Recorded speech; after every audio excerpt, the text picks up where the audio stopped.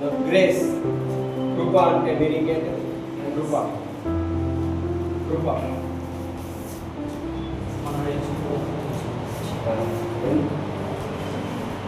Grace eligibility okay. Grace కృప నేను చాలాసార్లు చెప్పాను. గ్రేస్ కృప అంటే finished work of Jesus Christ. యేసుక్రీస్తు ఏదైతే మన పక్షమున మనము చేసుకోలేనటువంటి పని ఏదైతే ఉంటుందో అది యేసు ప్రభు చేసింది కనుక దాన్ని ఏమంటున్నాము? కృప. ఏంటిది? మనంతటా మనము సిలువ వేయబడలేదు, అది మన పక్షంలో ఎవరు సిలువ వేయబడ్డారు? యేసుక్రీస్తు. యేసు ప్రభు ఇట్ ఈస్ ఫినిష్డ్ అన్నాడు. ఇది సమాప్తమైన ఎన్నో వర్డ్? అది ఎన్నో వర్డ్? 6th 6వ మాట. యేసు ప్రభు చెప్పినటువంటి సిలువలో పలికినటువంటి 7 మాటల్లో ఫినిష్డ్ అనేది ఎన్నో వర్డ్? 6వ మాట. సో మీరు ఎప్పుడు గుర్తుపెట్టుకోండి, మర్చిపోద్దు. గ్రేస్ అంటే కృప అంటే ఏంటిదంటే finished work of Jesus Christ. యేసుక్రీస్తు మన పక్షమున మన కొరకు ఆయన చేసిన పని ఆయన చేసి దానిని ముగించేసింది, సమాప్తమైనది. గ్రేస్ అంటే మనం చేయలేనటువంటి పని యేసు ప్రభు మన పక్షమున చేసిన దానిని మనం ఏమంటున్నాము? గ్రేస్ అంటారు, కృప. సో కృప మన జీవితంలో ఎలా వర్క్ చేస్తుంది, ఎలా పని చేస్తుంది అనేది నీకు తెలియాలి. అందులో నీ కృప నాకు దయచేయండి ప్రభువా, నీ కృప ఉంటే నాకు చాలంట కదా. కృప దయచేయమంటున్నాం కానీ ఆ కృప నీలో ఎలా వర్క్ చేస్తుంది? దేని కొరకు కృప? కృప దేని కొరకు? మనం చేయలేని పనిని దేవుడు మన జీవితంలో చేయడానికి మనకు కృప కావాలి. మెర్సీ, కనికరం. దేవుడు నా మీద కనికర పడుతున్నాడు. నేను అడగలేదు ప్రభు నా మీద కనికర పడమని, కానీ దేవుడే ఆయనే మన పక్షమున కనికరపడి మన పాపములన్నింటినీ మన శాపములన్నింటినీ తీసేసి విశ్వాసము ద్వారా, దేని ద్వారా? విశ్వాసం. ఎవరి మీద విశ్వాసం ఉంచడం ద్వారా? యేసుని విశ్వసించడం ద్వారా మనము నీతిమంతులంగా తీర్చబడుతున్నాం. ఫ్రీగా, ఉచితంగానే దేవుని యొక్క వాక్యంలో రోమీయులకు రాసిన పత్రిక 3వ అధ్యాయంలో ఉంటుంది. ఏమనుంటుంది? ఉచితముగా నీవు నీతిమంతుడిగా తీర్చడానికై ఏ పని చేయలేదు. ఏమైనా పని మనం చేసినామా? ఏమైనా చేసినామా? మనం చేసిందల్లా ఒకటే, యేసు ప్రభువు నా నిమిత్తమై మరణించి తిరిగి 3వ దినమున ఆయన లేచి ఉన్నాడు. దేవుని యొక్క వాక్యంలో ఏముంటుందంటే దేవుని యొక్క క్రియ, దేవుని యొక్క అద్భుతం ఏంటిది అని యేసు ప్రభుని అందరూ అడిగారు. ఎవరు అడిగారు? యూదులు, లేదంటే యేసు ప్రభు దగ్గరకు వచ్చినటువంటి జనులందరూ, ప్రభువా నీవు మాకు కూడా ఒక సూచక్రియ చూపించండి, నీ అందు విశ్వాసము ఉంచినట్లు అన్నాడు. వాళ్ళు అడిగితే యేసు ప్రభు చెప్పినటువంటి ఒకే ఒక మాట ఏంటిది? తాను పంపిన కుమారుని యందు నీవు విశ్వాసం ఉంచుటయే.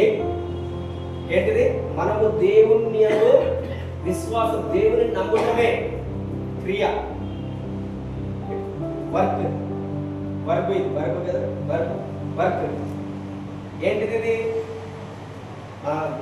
వర్క్ వేరు, అడ్వర్క్ అంటే తెలుగులో ఏమంటారా? అడ్వర్క్, దానికి హెల్ప్ చేస్తున్నాం. క్రియకి దేవుని యందు మనం విశ్వాసం అనేది ఉంచుతున్నాం. We are trust in God, not on God. On వేరు, ఆన్ అనేది ఫెయిల్ అయిపోయింది. ఇన్, నువ్వు క్రీస్తులో విశ్వాసం ఉంచాలి. క్రీస్తు మీద మనము విశ్వాసం ఉంచాం. క్రీస్తులో, ఇన్ క్రైస్ట్ మనము దేవుని యందు విశ్వాసం ఉంచుతున్నాం కనుక ఆ విశ్వాసం అనే క్రియ నిన్ను దేవుల్లో నీతిమంతునిగా చేస్తున్నది. అర్థమవుతుందా? మనల్ని దేవుడు ఏం చేస్తున్నాడు? నీతిమంతునిగా తీరుస్తున్నాడు. నేనేం చెప్తున్నా? కృప నీ జీవితంలో ఎలా పనిచేస్తుంది? చాలా మంది కృప నాలో ఉన్నదని చెప్పేసి ఇష్టం వచ్చిన పాపం చేస్తుంటారు కదా. కృప నాలో ఉన్నది, నాకు లైసెన్స్ ఉన్నది, కృప ఉన్నదే. Very dangerous. ఏంటిది? చాలా చాలా డేంజరస్. దేవుని యొక్క వాక్యంలో కృప నీ లైఫ్ లో పని చేయాలంటే ఎలా పని చేస్తుందంటే దేవుని యొక్క వాక్యంలో ఉన్నది. చూడండి, మనం ఒక వచనం చదువుదాం. రోమీయులకు రాసినటువంటి పత్రిక 5వ అధ్యాయము 20-21 వచనంలో 2 కలిపి ఉంటాయి. ఆ 2 వచనము చదవండి. మరియు అపరాధము విస్తరించినట్లు ధర్మశాస్త్రము ప్రవేశించెను. అయినను పాపము మరణమును ఆధారం చేసుకుని ఎలాగు ఏలెను అలాగే నిత్య జీవము కలుగుటకై నీతి ద్వారా కృపయు మన ప్రభువైన యేసుక్రీస్తు మూలముగా మేలు నిమిత్తము పాపం ఎక్కడ విస్తరించెనో అక్కడ కృప అపరిమితముగా విస్తరించింది. ఇక్కడ 2 పదములను మీరు అండర్లైన్ చేసుకోండి. నెంబర్ 1, నీతి ద్వారా కృపయు. రెండవది ఏంటంటే పాపము మరణమును ఆధారం చేసుకుని. ఈ 2 వచనములు మీకు ఇంపార్టెంట్. ఇక్కడ నీతి ద్వారా కృప మన లైఫ్ లో ఎలా వర్క్ చేస్తుంది అంటున్నాడు దేవుడు. ఫస్ట్ ఆఫ్ ఆల్ నీలో నీతి అనేది ఉంటే, రైచియస్నెస్ మనలో లేకుండా, వితౌట్ రైచియస్నెస్ కృప అనేది మన జీవితంలో పని చేయదు. ఏం చేయదు? పని చేయదు. కృప లేకుండా కృప అని అంటున్నాం, కానీ ఫస్ట్ దేవుడు నీలో చూస్తాడు ఏంటంటే నీలో రైచియస్నెస్ ఉందా, దేవుని యొక్క నీతి నీలో కనబడుతున్నదా. ధర్మశాస్త్రం మూలం వచ్చినటువంటి నీతి కాదు. ధర్మశాస్త్రం అంటే మనకేం నేర్పిస్తుంది?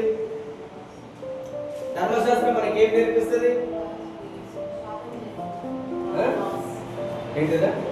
లా అంటేనే ధర్మశాస్త్రం. ధర్మశాస్త్రం నీకు ఏం నేర్పిస్తుంది? ధర్మశాస్త్రం వలన మనం ఏం నేర్చుకుంటామంటే పాపం అంటే ఏంటి, వాట్ ఈస్ సిన్, అపరాధం అంటే ఏంటిది, పాపం అంటే ఏంటిది అనేది మనము ధర్మశాస్త్రం మూలంగా తెలుసుకుంటాం. ఒకవేళ ధర్మశాస్త్రం లేకుంటే నీకు పాపం అనేది తెలియదు. అర్థమైందా? ఇదే అధ్యాయంలో ఉంటుంది చూడండి, 3వ అధ్యాయంలో 3వ అధ్యాయం 20వ వచనం. ఏదైనా ధర్మశాస్త్ర సంబంధమైన క్రియల మూలంగా ఏ మనుషుడును ఆయన దృష్టికి నీతిమంతుడని తీర్చబడదు. ధర్మశాస్త్రము వలన పాపమనగా ఎట్టిదో తెలియబడుచున్నది. దట్స్ అంతే. ధర్మశాస్త్రమును నేను పాటిస్తే అసలు మీరు నీతిమంతుడని కానే కాదు. ఎందుకంటే ఏ వ్యక్తి కూడా ధర్మశాస్త్రం వలన నీతిమంతుడిగా తీర్చబడలేదు. ధర్మశాస్త్రం నీకు ఏం నేర్పిస్తుందంటే పాపం అంటే ఏంటిదో, ఆ పాపం చేయకుండా నువ్వు ఉండాలి. కానీ ఎవరైనా పాపం చేయకుండా ఉండగలుగుతున్నారా? It is impossible. అది మనకు సాధ్యము కానే కాదు. దేవుడు అన్నాడు లేని వార్తను పుట్టింపకూడదు, అబద్ధములు చెప్పకూడదు అన్నాడు. ఎవరైనా అబద్ధం చెప్పకుండా ఆగిపోతున్నారా? It is impossible. దేవుడు చెప్పిండు అబద్ధము చెప్పకూడదు. అబద్ధం చెప్తే నువ్వేం చేస్తున్నావు? ధర్మశాస్త్రముని మీరుతున్నావు. పాపం చేయకమని చెప్తున్నాడు. పాపం చేస్తే నువ్వు ధర్మశాస్త్రముని ఓవర్కమ్ చేస్తున్నావు. కానీ దేవుడు ఏమంటున్నాడు? ధర్మశాస్త్రం నీకు ఎందుకున్నది? ధర్మశాస్త్రము నీకు పాపం అంటే ఏంటిది యు హ్యావ్ ఐడెంటిఫై.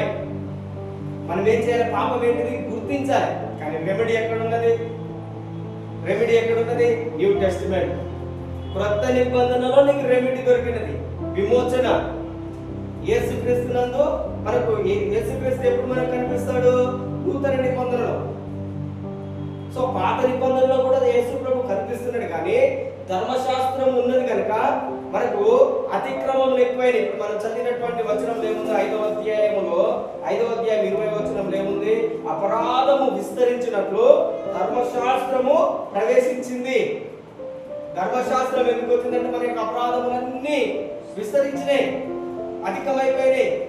ఒక దాని మీద ఒక అబద్ధమును కప్పిపెట్టుకోవడానికి మరి ఒక అబద్ధమును చెప్పాల్సి వస్తుంది. ఒక మోసమును మనం దాయడానికి మరి ఒక మోసమును. ఈవెన్ పేరెంట్స్ దగ్గరైనా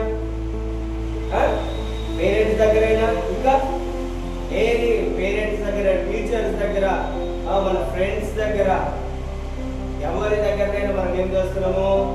ఒబే చేయకుండా డిసోబీడియన్స్ గా, విధేయత కలిగి లేక దానికి మనం ఏం చేస్తున్నాము? అతిక్రమిస్తున్నాం కదా. సో నేనేం చెప్తున్నా, ధర్మశాస్త్రం అంటే మనకి ఏం నేర్పిస్తుంది? పాపం అంటే ఏంటో నీకు ధర్మశాస్త్రం తెలియజేస్తుంది. కానీ కృప ఏం చేస్తుంది?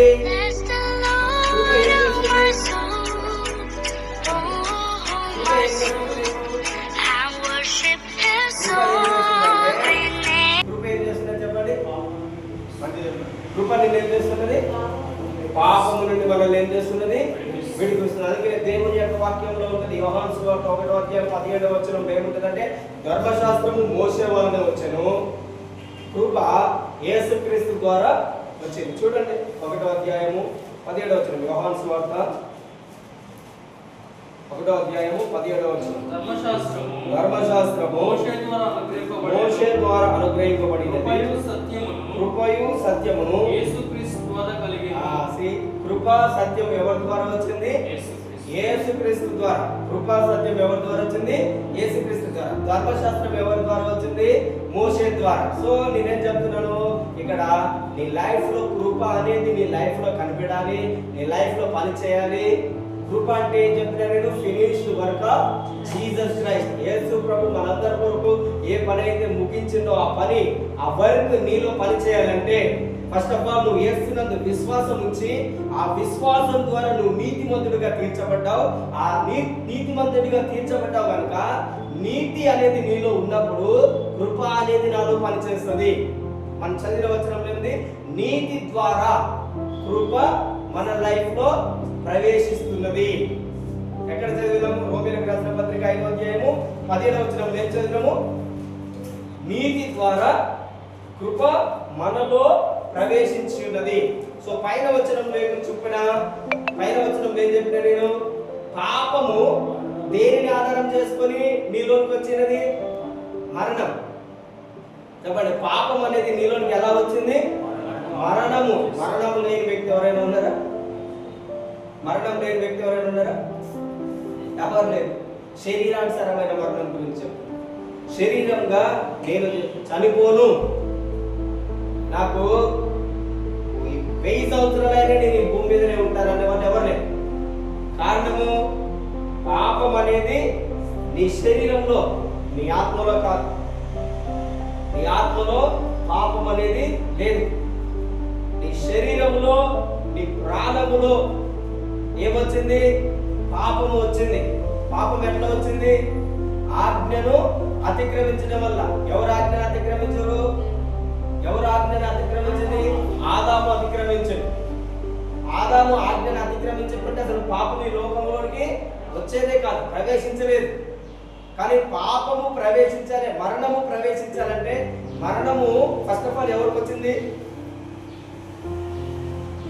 ఫస్ట్ క్వశ్చన్, మరణము మొట్టమొదటిగా వచ్చినటువంటి వ్యక్తి ఎవరు?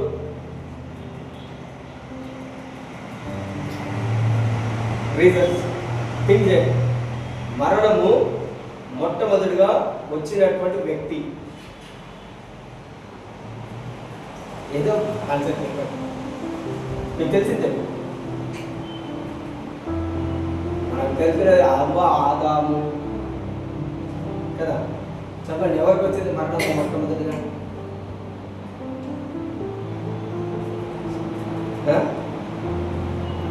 చెప్పండి.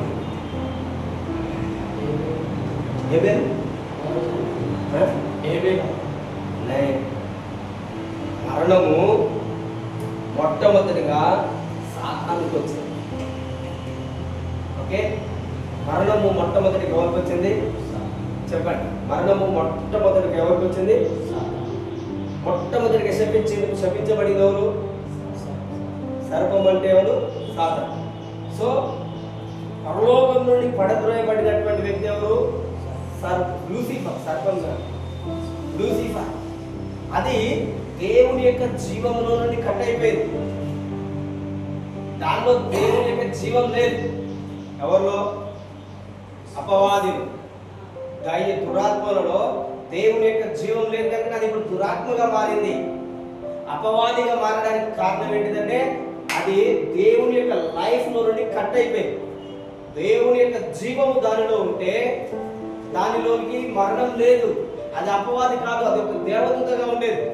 కానీ ఎప్పుడైతే దేవుని యొక్క జీవములో నుండి కట్ అయిపోయిందో, దేవుని నుండి పడద్రోయబడ్డదో, అప్పుడు అది ఏ విధంగా మారింది? అపవాదిగా మారింది. అంతకుముందు ఒక దేవదూత, దేవుని ఆరాధించేటటువంటి దేవదూత. అవునా? గాబ్రియేలు, మీకాయేలు దేవదూతలాగా ఎలా ఉన్నారో అదే విధంగా ఈ యొక్క పడద్రోయబడినటువంటి అపవాది కూడా దేవుని దగ్గర దేవదూత. ఎప్పుడైతే అది పడద్రోయబడిందో దానిలోకి ఏమొచ్చింది? మరణం అనేది ఎంటర్ అయింది, పాపం అనేది ఎంటర్ అయింది. కనుక ఆ పాపము ఏం చేసింది? ఈ దేవుని పోలికలో ఉన్నటువంటి మనుషులని నేను పడద్రోయాలి. పడద్రోయాలంటే నేను ఎలా ఎంటర్ కావాలి?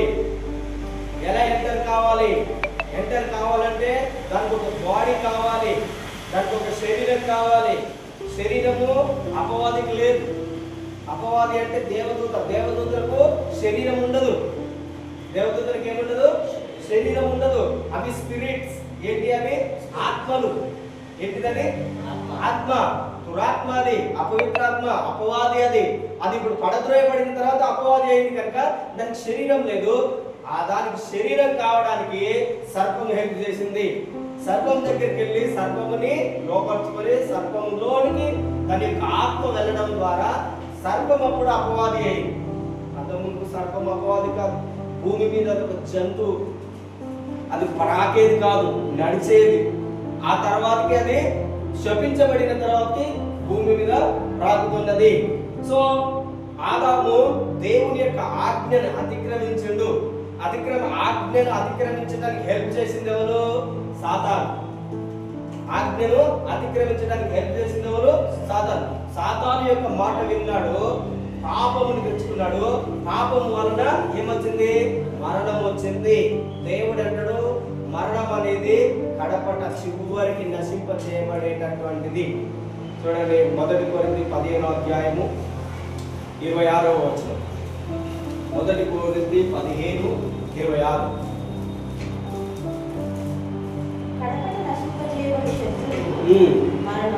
మరణము. చాలు. కడపడ చివరి ఫైనల్ జడ్జిమెంట్ అనేది దానికి ఏమొచ్చింది? మరణము. నీకు మరణం అనేది శత్రువు కాదు. మనకి ఇప్పుడు శత్రువు కాదు. మరణము ఎవరిది? సాతానుది. హల్లెలూయా. నేనేం చెప్తున్నాను? పాపము మరణమును ఆధారం చేసుకుని ఈ లోకములోనికి ప్రవేశించింది. ఈ లోకములోనికి మరణం రావడానికి ఏం చేసింది? ఆదాము ఒకవేళ పాపం చేయకపోతే మరణం అనేది రాదు. వస్తుందా? రాదు. కానీ ఆ మరణముని యేసు ప్రభు తీసేసిండు. మరణం లేదు. ఇప్పుడు మరణము మనకు లేదు. మనకేమొచ్చింది? జీవం. చెప్పండి అందరూ, ఏమొచ్చింది? నీలో జీవం వచ్చేది. జీవము నీలో ఉన్నది. దేవుని యొక్క మహిమ నీలో ఉన్నది. పాపము దేవుని యొక్క వాక్యం ఏముంటదంటే, రోమీయులకు రాసిన పత్రిక 3వ అధ్యాయం 20వ వచనంలో పాపం చేయటం వలన ఏం కోల్పోతున్నాం చూడండి. 3:20. ఏలయనగా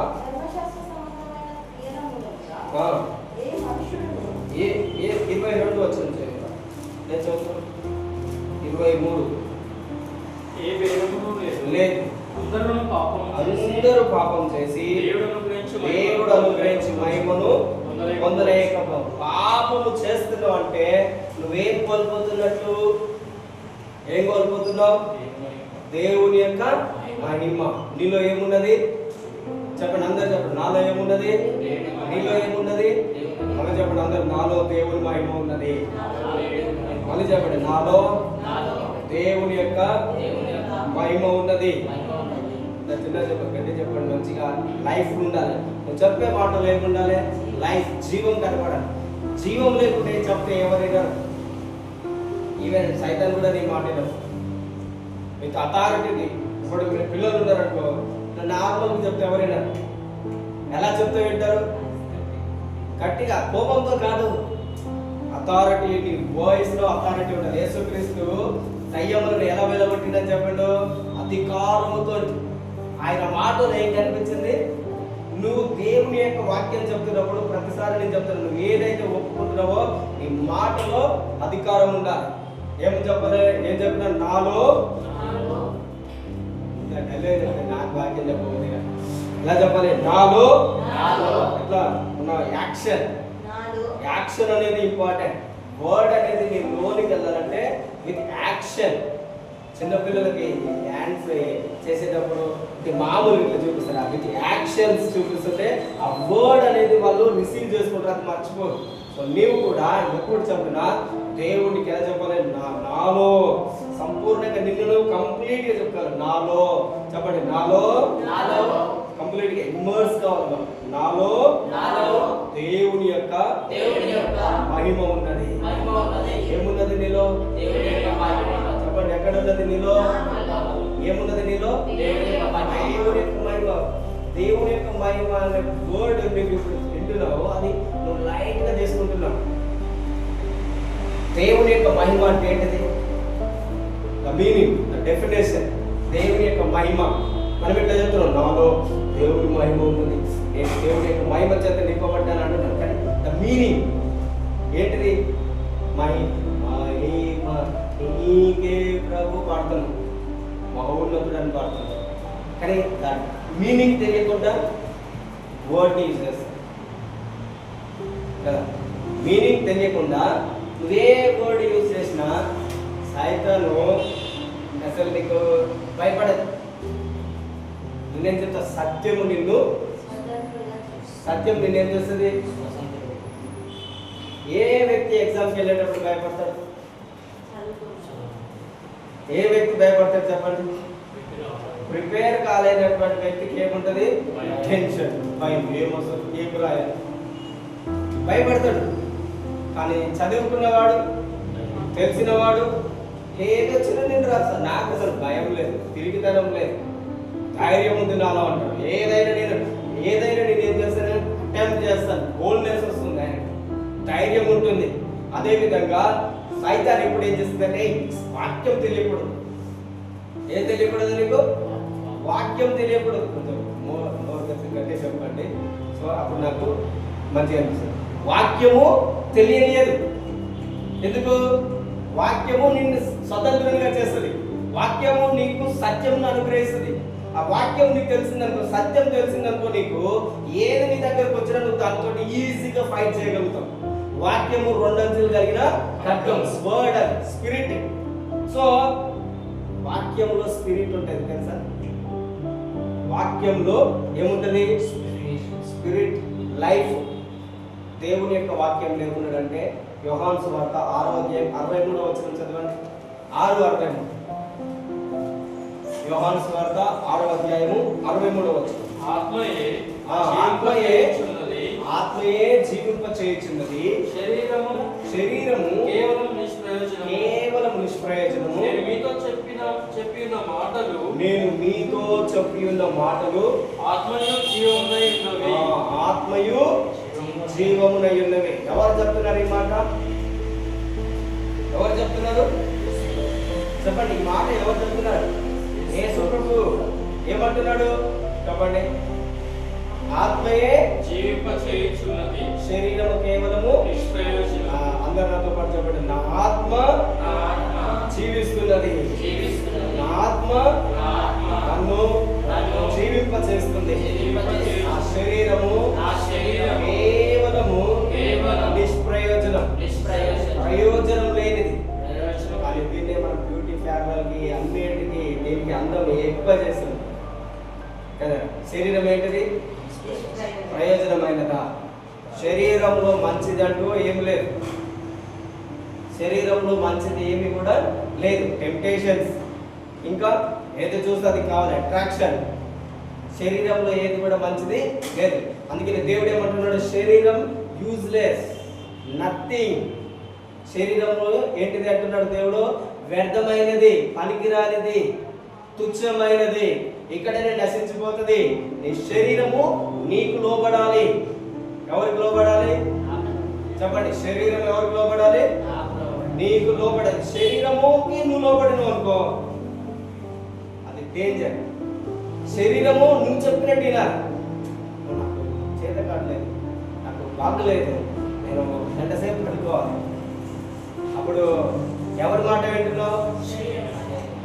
శరీరం మాట.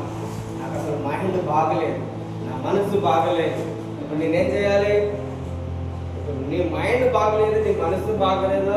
ఇప్పుడు నువ్వు ఎవరి మాట వినాలి? ఎవరి మాట వినాలి? చెప్పండి, ఎవరి మాట వింటారు మీరు? నీ శరీరం అనేది నీకు లోబడాలి. పౌలు ఏమంటాడు? నా శరీరాన్ని నేను అలా కొట్టుచున్నాను. నీ శరీరాన్ని నువ్వు ఏం చేయాలి? అందరూ చెప్పండి, శరీరం ఏం చేయాలి? నువ్వు ఏదైనా చెప్తే ఎంతో ఉండాలి. ఎంతో అంటే ఏముండాలి? ఉత్సాహం. ఉత్సాహం లేకుంటే ఏం చెప్పినా డల్. నేనేం చెప్పినా, నువ్వు ఏది చెప్పినా ధైర్యంగా ఉత్సాహంగా చెప్పు. అప్పుడు సైతాన్ని నిన్ను చూసి నీకు సత్యం తెలుస్తుంది. ఆ వర్డ్ నీలోనికి వెళ్తుంది. ఒకవేళ నువ్వు చెప్పకుండా డల్ ఎట్లా చెప్తే నువ్వు ఇక్కడి నుంచి 1 కిలోమీటర్ దూరం వెళ్ళిపోగానే నేను చెప్పిందంతా మర్చిపోతా. మనకేం గుర్తుండదు, వేస్ట్ అయిపోతుంది. అంతేగాని దేవుని యొక్క ఆత్మ వరం గురించి చెప్పాలనుకుంటాడు. వరం అనేది నీలో ఎలా ఆపరేట్ అవుతుంది? వాక్యము నీలో లేకపోతే, వాక్యం అంటే ఏంటిది? 2 అంచులు కలిగిన ఖడ్గం. యేసు ప్రభు ఏం చెప్తున్నాడు? నా మాటలే, నా మాట ఏదైతే ఉన్నదో అది ఆత్మ, స్పిరిట్. నా ఆత్మ నిన్ను జీవింప చేస్తుంది. అందుకని యేసు ప్రభు ఏమన్నాడు? మనుషుడు రొట్టె వలన కాదు జీవించేది, నా నోటి నుండి వచ్చిన ప్రతి మాట వలన జీవిస్తాడు. ఏం చేస్తాడు చెప్పండి?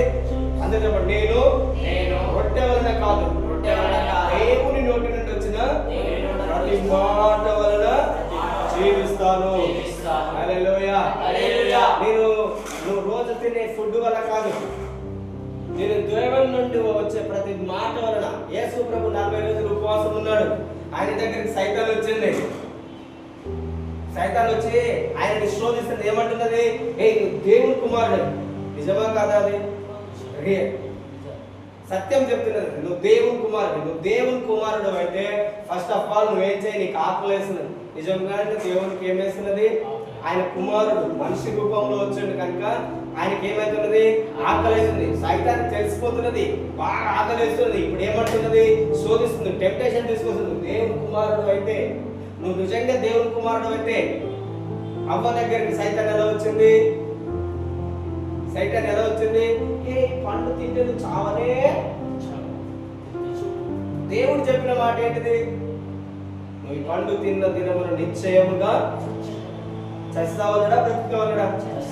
చచ్చేదేమన్నాడు. కానీ ఇక్కడ సైతాన్ ఏం చేస్తుంది? నువ్వు ఈ పండు తింటే చావనే. దేవుని యొక్క వాక్యాన్ని కరెక్ట్ చేసేస్తుంది. లోకములో ఉండే వ్యక్తులు కూడా ఇదే విధంగా నేను కరెక్ట్ చేస్తాను. ఎలా కరెక్ట్ చేస్తారు? నువ్వు దేవుణ్ణి నమ్ముతున్నావు కదా, నువ్వు ప్రార్థన చేస్తున్నావు కదా, నీకు ఎందుకు ఈ అద్భుతం జరగట్లేదు? నీకెందుకు ఇది పోవట్లేదు? మీ కుటుంబం ఎందుకు ఇలా ఉంటున్నది? నీ లైఫ్ ఎందుకు చేంజ్ కావట్లేదు అంటున్నారా లేదు? అంటున్నారా లేదు? అంటారు. అప్పుడు మనకేమొస్తుంది? కోపం వస్తుంది. అప్పుడు నాకేమొస్తుంటుంది? కొంతమంది ఫ్రస్ట్రేషన్ వచ్చేసి ప్రార్థన చేయడమే మానేస్తుంది. Devil attack. సాతాను ఫస్ట్ ఆఫ్ ఆల్ నీ యొక్క ఫెయిత్ మీద వర్క్ చేస్తుంది. నీ ఫెయిత్ వీక్ చేసేస్తున్నాడు. ఇలా చెప్పినప్పుడు యేసుక్రీస్తు మీద నీకున్నటువంటి విశ్వాసముని తొలగించేస్తున్నాడు. ఏం చేస్తున్నది? నీ యొక్క ఫెయిత్ ని, విశ్వాసముని, నీకు విశ్వాసం లేకుండా చేస్తున్నది. ఏమంటున్నాడు? అసలు యాక్చువల్గా ఆదాం కవికి ఫుల్ దేవునితో రెగ్యులర్ గా మాట్లాడుతున్నారు, రెగ్యులర్ గా దేవునితో నడుస్తున్నారు. కానీ సైతాన్ నుంచి ఏమంటుంది? నువ్వు పండు తింటే చనిపోనే చనిపో, నువ్వు దేవుని వలే కనిపిస్తావు. ఎంత క్రూయల్ మైండ్ సైతాన్ది! ఎలా నేను టార్చర్ చేస్తున్నదో చూడండి. తన యొక్క వర్డ్ నువ్వు వినడానికి ఎలా నీకు ఆఫర్ చేస్తున్నది, ఆఫర్ ఎలా నీకు ప్లెజర్ ఇస్తున్నది చూడండి. ఏమంటుంది? నువ్వు రా, నాతో ఎంజాయ్ చేయి, ఏం కాదు, నీకేమైతుంది? నువ్వు దేవుని కుమారుడు, దేవుడు నిన్ను కాపాడుతాడు, దేవుడు నిన్ను ప్రొటెక్ట్ చేస్తాడు. నువ్వు ప్రేయర్ చేస్తావు కదా, నాతో ఉన్న నీకు ఏం కాదు, సైతాన్తో ఉంటే ఏం కాదా? చెప్పండి, సాతానుతో ఉంటే ఏం కాదా? సంథింగ్ నీలో చేంజ్ అయిపోతుంది. అది నీకు తెలియదు, ఇగ్నోరెన్స్. సంథింగ్ ఏదో నీలో మైనస్ అవుతుంది. దేవుడు చెప్పిన అవిశ్వాసులతో మీరు ఏ విధంగా ఉండకూడదు, జోడి ఫ్రెండ్షిప్ ఉండకూడదు. కీర్తన 27వ అధ్యాయంలో దావీదు ఏమంటున్నాడు చూడండి. కీర్తన 27వ అధ్యాయంలో వెరీ క్లియర్, వెరీ ప్రొఫెటిక్. 27వ అధ్యాయము 26వ అధ్యాయం 4వ వచనం. పనికి మాలిన వారితో నేను సాంగత్యం చేయను, వేషధారులతో పొందు చేయను, దుష్టుల సంఘము నాకు అసహ్యము, భక్తిహీనులతో సాంగత్యం చేయను. Very very prophetic words. ఏమంటున్నాడు దావీదు? దేవుని యొక్క బ్లెస్సింగ్స్ నా మీద ఉన్నాయి, దేవుని యొక్క కృప నా మీద ఉన్నది. దేవుడు నా యొక్క అంతరింద్రియమును పరిశోధిస్తాడు. పైన వర్డ్లో ఉంటుంది, నన్ను పరిశీలించుము, నన్ను పరీక్షించుము, నా అంతరింద్రియమును నా హృదయమును పరిశోధించుము. ఈవెన్ అదే కీర్తన 7వ అధ్యాయం 9వ వచనంలో కూడా ఉంది, ఆయన నీ యొక్క హృదయమును పరిశోధించే దేవుడు. నీ హృదయమును పరిశోధించి నీకు జీతం ఇస్తాడు. ఇక్కడ ఏమంటున్నాడు దావీదు? ఏమంటున్నాడు చెప్పండి? పనికి మాలిన వారితో, దుష్టులతో, దుర్మార్గులతో, భక్తిహీనులతో నేను ఫ్రెండ్షిప్ చేయను. ఏం చేయను?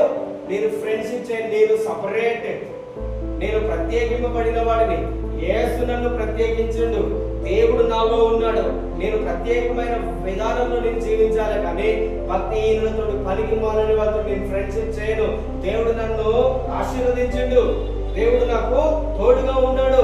నేను వీళ్ళతో సహవాసం చేస్తే నేను దేవుని యొక్క ఫ్రెండ్షిప్ లో నుండి కట్ అయిపోతా.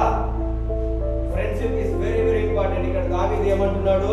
వేషధారులతో, హిపోక్రైట్స్ వర్డ్స్ ని ఏం చేస్తారు? మార్చేస్తుంటారు. వేషధారణ ప్రిటెండ్ చేస్తారు. దేవుని యొక్క మందిరంలోకి వచ్చినప్పుడు ఒక విధంగా ఉంటుంది, దేవుని యొక్క మందిరం నుండి బయటకు వెళ్ళగిన మన యొక్క లైఫ్ స్టైల్ అంతా చేంజ్కరంగా ఉంటుంది. అట్లాంటి వాళ్ళతో ఏం చేద్దంటున్నాడు దేవుడు? నేను స్నేహం చేయను. దుష్టుల సంఘము, ఎవరి సంఘము నాకు అసహ్యం అంటున్నాడు? దుష్టుని యొక్క సంఘము నాకు ఏంటిది? అసహ్యం. నువ్వు అసహించుకోవాలి. ఏం చేయాలి చెప్పండి? ఎవరిని అసహించుకోవాలి మనము? చెప్పండి, ఎవరిని అసహించుకోవాలి? ఓపెన్ గా చేయదు, ఇన్సైడ్. బయటికి చెప్పండి, వీళ్ళు నాకు అసహ్యులు, వీళ్ళతో నేను ఫ్రెండ్షిప్ చేయాలని చెప్పదు. అది వెరీ డేంజర్. సో ఇక్కడ దుష్టులతో మనం ఏం చేయకూడదు? భక్తిహీనులతో మనం ఏం చేయకూడదు? ఫ్రెండ్షిప్ నీకు ఉండకూడదు. ఒకవేళ ఉంటే ఏమైతుంది అన్నాడు? వాళ్ళ యొక్క క్రియలను నేను నేర్చుకుంటా, వాళ్ళ యొక్క విధానము నీలోకి వస్తుంది, వారి యొక్క నడక నీలోకి వస్తుంది. అది నేను దేవునిలో నుండి కట్ చేసేస్తాను. సైతాన్ని ఎలా వర్క్ చేస్తుంది అనేది నీకు తెలియట్లేదు. Very cunning. ఏంటిది? చాలా కుయుక్తితోటి ఫస్ట్ నీకు చిన్న ప్రెషర్ నేను ఆంటేస్తాను. చిన్నగా నీలోకి ఎంటర్ అయ్యి దేవుడికి కంప్లీట్గా దూరం చేసేస్తాను. అందుకనే బీ కేర్ఫుల్. నువ్వు సాధారణమైన వ్యక్తి కాదు. నువ్వు అనుకుంటున్నావు నాలోనికి ఏం రాలేదు, నేను యేసు ప్రభువుని నమ్ముకున్నా అనుకుంటున్నావు. నేనేం చెప్తున్నానంటే, నువ్వు ఎప్పుడైతే యేసు ప్రభువును నమ్ముతున్నావో ఆ దినమే యు ఆర్ అనాయింటెడ్. నువ్వు అభిషిక్తుడివి, అభిషేకించబడినటువంటి వ్యక్తివి. సైతాన్ నీకు విరోధంగా వచ్చేది దేనికి? నీ యొక్క విశ్వాసమునికి, నీ యొక్క అభిషేకమునికి. నీలో అనాయింటింగ్ ఉన్నదనుకోండి, అభిషేకం నీలో ఉన్నదనుకో, ఈవెన్ సైతాన్ నిన్ను టచ్ కూడా చేయలేదు, ఈవెన్ నీ అంతకు రాలేదు. అందుకనే దేవుడు ఏమంటున్నాడు? You are a separate. Because ఎందుకంటే నువ్వు అనాయింటెడ్, నువ్వు అభిషేకం కలిగినటువంటి వ్యక్తివి. నువ్వు న్యాచురల్ బీయింగ్ కాదు. సాధారణమైన ఇతరులాగా ఇతరు లోకంలో ఉన్నట్టు ఉండడానికి నీకు వీల్లేదు. ఇతరులు అందరు ఎంజాయ్ చేసినట్టు నువ్వు నేను ఎంజాయ్ చేయడానికి వీల్లేదు. మన ఎంజాయ్మెంట్ మన యొక్క ఎంజాయ్మెంట్ ఏంటిది? దేవుడే నా యొక్క ఏంటిది? The Joy of the lord is my strength. నా యొక్క ఆనందం ఎక్కడ?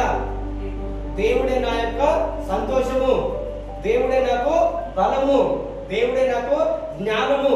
ఈ లోకము కాదు, ఈ లోకం కాదు. నా యొక్క జ్ఞానం, నా యొక్క తెలివి, నా యొక్క సంతోషం ఎవరు? నా దేవుడు. ఫస్ట్ ఆఫ్ ఆల్ నేను నా దేవుణ్ణి సంతోషపరచాలి. దేవుణ్ణి నేను సంతోషపరిస్తే దేవుడు నాకు కావాల్సిందంతా ఇస్తాడు. హల్లెలూయా, చెప్పండి హల్లెలూయా. మనం దేవుడు చెప్పిన విధానంలో నడుచుకోవాలి. దేవుడు చెప్పిన ప్రకారం మనం నడిస్తే ఆయన ఏమన్నాడు తెలుసా? నీ యొక్క శత్రువులను కూడా నీకు మిత్రుడిగా చేస్తాడు దేవుడు. నీకు ఎవరైనా శత్రువు ఉన్నట్టయితే, నీ యొక్క మార్గము దేవునికి ఇష్టానుసారంగా ఉన్నట్లయితే, నువ్వు నడిచే విధానము, నువ్వు మాట్లాడే పద్ధతి దేవుని యొక్క వాక్యానుసారంగా ఉంటే, దేవుడు ఏం చేస్తాడంటే నీకు శత్రువు ఎవడైతే ఉన్నాడో వాడు నీకు మిత్రుడైతాడు.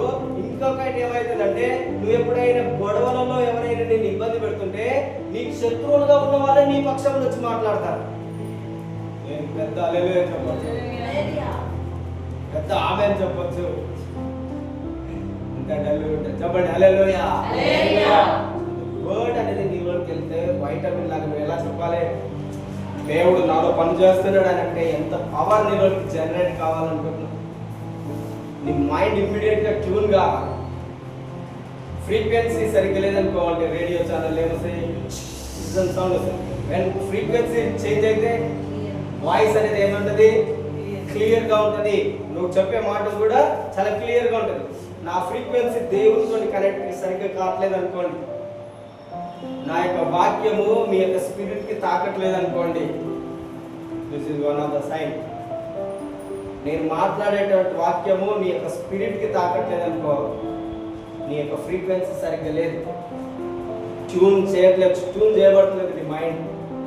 ఇలా వచ్చాను, అలా కూర్చున్నా, అదే విధంగా వాక్యం అన్న ఇంకెప్పుడు ఇంతసేపు చెప్తాడు, 10 minutes అయిపోయింది, 20 minutes, 1 hour అయింది. సో నేను చూస్తా ఉంటా, ఓకే 1 అయిపోయింది, వెళ్ళిపోతే బాగుండాలని అనిపిస్తుంది. కారణం ఏంటిది? నువ్వు స్పిరిట్ మోడ్లో లేవు, వర్షిప్ మోడ్లో లేవు. నాకు ఎక్కడికైనా ఒక దగ్గరికి వెళ్ళింది అనుకో, ఇమీడియట్గా వెళ్ళిపోవాలనిపించింది అనుకో, దట్ మోడ్, ఆ యొక్క వాతావరణం సరిగ్గా లేదు. ఆ వాతావరణం సరిగ్గా లేదంటే నన్ను ఏం చేస్తుంది? పుష్ చేస్తున్నది. ఏంటిది నన్ను పుష్ చేసేది? చెప్పండి. నా ఫ్రీక్వెన్సీ ఎవరికి కనెక్ట్ అయింది? దేవునితో ఉన్నటువంటి దేవుడితో. రన్, పరిగెత్తు, స్టే చేయకు అని చెప్తుంది. ఇమ్మీడియట్గా ఓకే బాయ్ బాయ్ అని చెప్పేసి వెళ్ళిపోతున్నావు. కానీ ఇక్కడ కూడా నువ్వు సరిగ్గా ఉండట్లే. కారణం ఏంటిది? నీ ఫ్రీక్వెన్సీ దేవుడితో ట్యూన్ కావట్లే. నువ్వు ఇక్కడ ఉన్నావు, నీ మైండ్ ఇక్కడ క్లియర్గా లేదు, నీ మైండ్ సెట్ క్లియర్గా లేదు, నీ కన్నులు మాత్రం ఇక్కడ ఉన్నాయి. బట్ నీ యువర్ మైండ్ ఏం చేస్తున్నది? నీ ఫ్రీక్వెన్సీ ఎంత డిస్టర్బ్డ్గా ఉన్నది. నేను చెప్పే వాక్యము నీకు ఏ విధంగా ఉండాలి? ఉత్సాహము. దేవుడు నా యొక్క మార్గము, నేను నడిచే విధానము దేవునికి సరిగ్గా ఉంటే ఆయన నా యొక్క శత్రువులని నాకు మిత్రులుగా చేస్తాడా? గ్రేట్! ఎంత ఉత్సాహం నీకు రావాలి చెప్పండి. ఎంత ఉత్సాహం అనేది నీలోనికి రావాలి. దేవుడు ఎవరికి ఏదైనా సరే అంటే ఆసక్తి ఉన్నవాళ్ళ చెప్పండి, ఏమి ఉండాలి? నేను ఆసక్తి. వాక్యం విన్న వెంటనే అసలు పక్క వాళ్ళతో మనకు సంబంధం లేదు. ఆ వాక్యం నన్ను తాకిందంటే ఎస్ లార్డ్ అని చెప్పాలి. అవును ప్రభు, ఆమేన్, హల్లెలూయా. నీలో నుండి ఆ జీల్ అనేది రావాలి, ఉత్సాహం రావాలి. జీల్ అనేది వస్తే నీ యొక్క ఫేస్ ఆటోమేటిక్గా చేంజ్ అయిపోతుంటది. ఏమవుతుంది? Phase change. ఎలా చేంజ్ అవుతావు నువ్వు? దేవుని యొక్క వాక్యం ద్వారా. వాక్యము నన్ను బ్యూటిఫై చేస్తుంది. మీకు తెలుసా తెలియదా? అందరూ అనుకుంటారు ప్రతిరోజు లేసి ఎక్సర్సైజ్ చేస్తే వాళ్ళ యొక్క ఫేస్, బాడీ బ్యూటిఫైగా ఉంటుంది అనుకుంటారు. అన్ని ఎక్సర్సైజ్ కంటే దేవుని యొక్క ఎక్సర్సైజ్ నిన్ను ఎవరు ఫ్రెష్గా ఉండేలాగా చేస్తారు. ఎలా చేస్తుంది? నిన్ను ఎవర్ ఫ్రెష్, ఎవర్ గ్రీన్. నేను ఎప్పుడైనా మీటింగ్కి వెళ్ళినప్పుడు నన్ను చూసి వాళ్ళ నెక్స్ట్ టైం చూసేసరికి అన్న ఏంటన్నా నేను అసలు చేంజ్ లేదు, యాస్టీజ్గా ఉన్నావు, అసలు మార్పు లేదు. రీసెంట్గా మా బాబాయ్ ఏం చెప్తున్నారంటే వాళ్ళు అబ్జర్వ్ చేసింది, రీసెంట్గా రెగ్యులర్గా తీసుకుంటున్నారు కదా. మా బాబాయ్ ఏం చెప్పారంటే నీ ఫేస్ గ్లో అవుతున్నది. ఏమవుతున్నది? గ్లో. కారణము ప్రెజెన్స్ ఆఫ్ గాడ్, దేవుని యొక్క సన్నిధి. హల్లెలూయా హల్లెలూయా. మోషే ముఖం ఏమైంది? షైనింగ్. యేసు ప్రభు యొక్క ముఖం ఏమో విధంగా ఉంది? మెరుస్తుంది. చెప్పండి, ఏ విధంగా ఉంటుంది? మన యొక్క ముఖం ఎందుకు మెరుస్తలేదు? ఎందుకు మనం షైన్ కావట్లేదు? దేవుడు ఏమన్నాడు? యేసు ప్రభు యొక్క ముఖం ఎలా ఉందంట? వేల కొలది సూర్యుని కంటే ఎంత షైన్ బ్రైట్ అయిపోతున్నది అంట. మన ఫేస్ షైనింగ్ కావట్లేదు. కారణం ఏంటిది? నేను లైఫ్ షైన్ కావట్లేదు. నేను ఎక్కడున్నా అక్కడనే ఉంటున్నాను, రోజు ట్రై ఏడుస్తున్నా, ఎప్పుడు చూసినా నా లైఫ్ స్టాగ్నెంట్గా ఉంటుంది. కారణం ఏంటిది?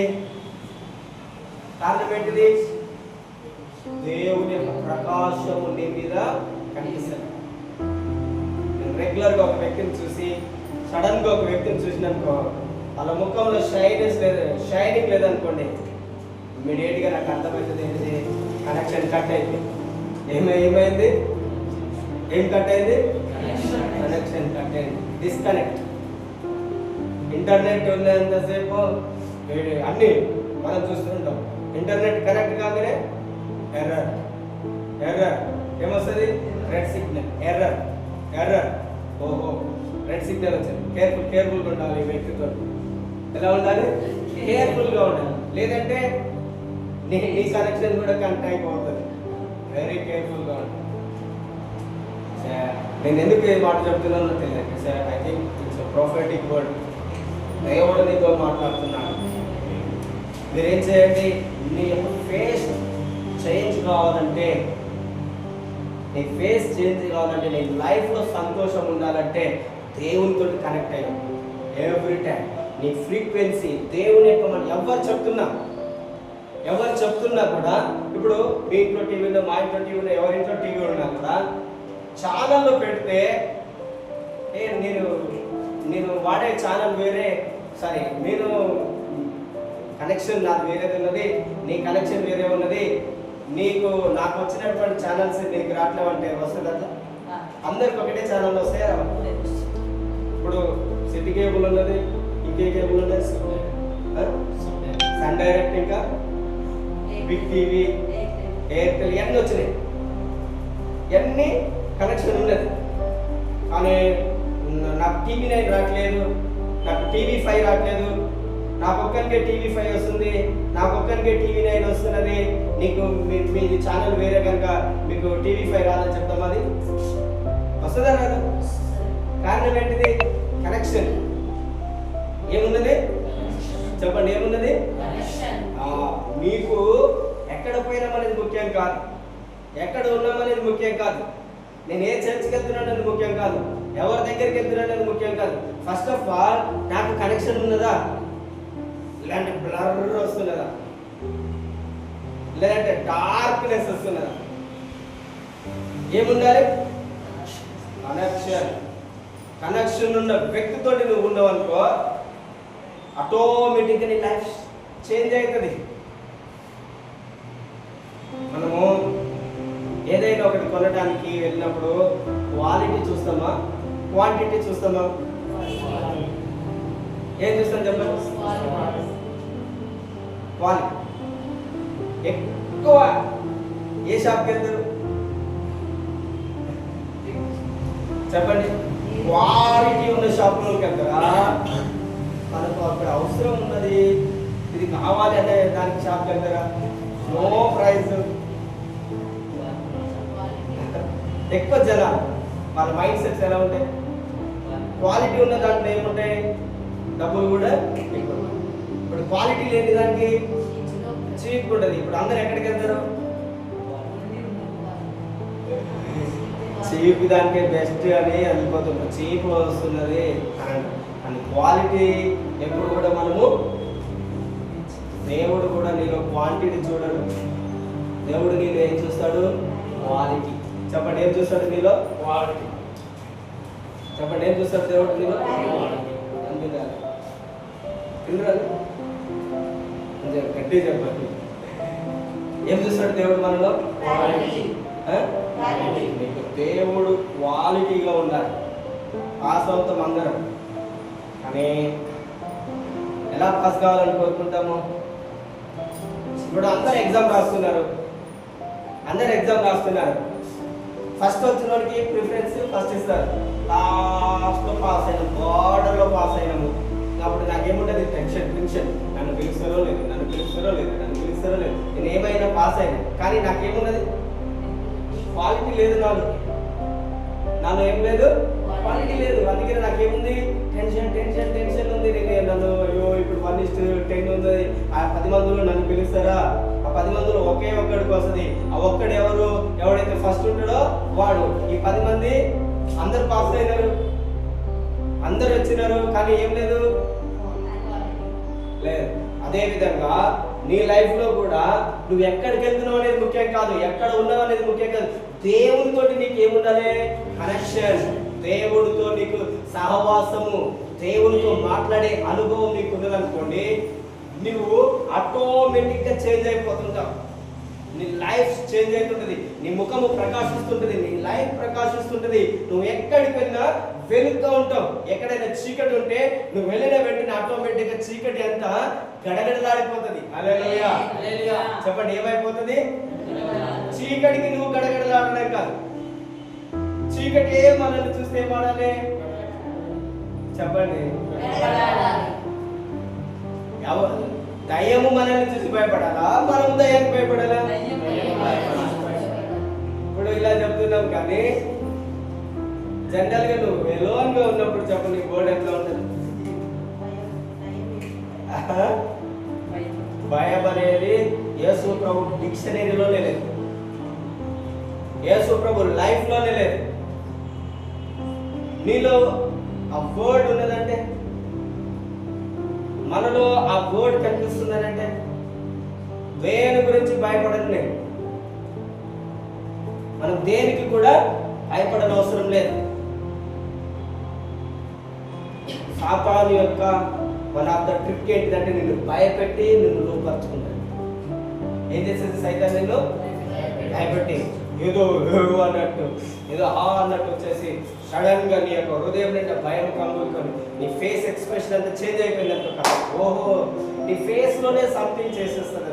నీ ఇన్సైడ్ ఏముందో తెలియదు, నీ ఫేస్ లోనే తెలుస్తుండేది సైతాన్.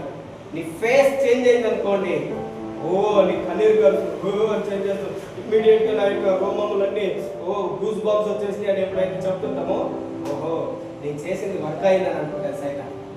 ఏమైందంటే సైతాను, నేను ఏదైతే చేసినానో ప్రాపర్ గా చేశాను, ఈ చిన్నదానికే భయపడ్డా, అనవసరంగా నేను వచ్చాను. నా యొక్క సబార్డినేట్ పంపించినా బాగుండు, నా కింద ఉండే వాళ్ళని పంపించినా బాగుండు, నేను నన్ను తీసుకొచ్చినారని సైతాన్ అనవసరంగా భయపడ్డా. టైం వేస్ట్ చేసినా ఉంటాయి సైతాన్ కూడా ఏమంటది? టైం వేస్ట్ చేసినావు. అందుకే యేసు ప్రభు ఏమన్నాడో తెలుసా? శిష్యులందరూ నడి సముద్రంలో వెళ్తుంటే యేసు ప్రభు ఏమో కింద అది ఎక్కడ పడుకున్నాడు? కింద పడుకుంటే శిష్యులందరూ ఏం చేస్తున్నారు? ధోరణి నడిపిస్తున్నారు. సముద్రం మీద గాలి, అలలు, నీళ్ళు అన్నీ పొంగి పొర్లిపోతుంటే వీళ్ళకి ఏమొచ్చింది? చెప్పండి, ఏమొచ్చింది? యేసు ప్రభు మనతోనే ఉన్నాడు, యేసు ప్రభు ఎన్ని అద్భుతాలు చేయలేదు, అసలు ఎందుకు భయపడాలని వీళ్ళు అంటురా? ఇప్పుడు యేసు ప్రభు నీతో ఉన్నాడు. చెప్పండి, యేసు ప్రభు ఎవరితో ఉన్నాడు? సీరియస్ గా ఉన్నాడా లేడా? చెప్పండి, యేసు ప్రభు ఎక్కడ ఉన్నాడు? నీతో ఉన్నాడా? ఓకే, సో నెక్స్ట్, యేసు ప్రభు నాతో ఉన్నాడు, యేసు ప్రభు శిష్యులతో ఉన్నాడు. కానీ సమస్యలు, అలలు, గాలి, వాన, తుఫాను లేవగానే ఇమ్మీడియట్ గా ఎక్కడికి రన్ చేసి ఎక్కడికి పరిగెత్తురు? కిందికి వెళ్ళి యేసయ్యా యేసయ్యా యేసయ్యా యేసయ్యా అని లేపుతున్నారు. ఏంటి అని ఆయన యేసు ప్రభు లేచాడు. లేచేసరికి అయ్యా మేము నశించిపోతున్నాం, నీకు చింత లేదా?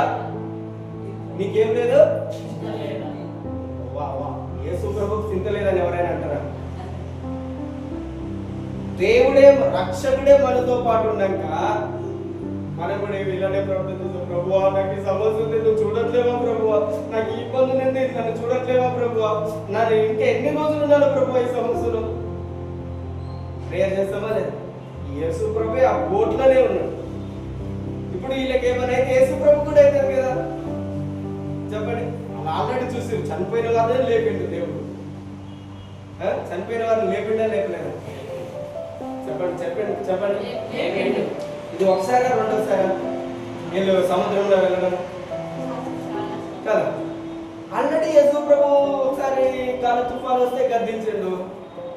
ఇప్పుడు గద్దిస్తాడని తెలిసి కూడా వీళ్ళు ఏం చేస్తున్నారు? ఇప్పుడు యేసు ప్రభు ఏమంటున్నా తెలుసా? అసలు మీరు నన్ను ఎందుకు లేపారు?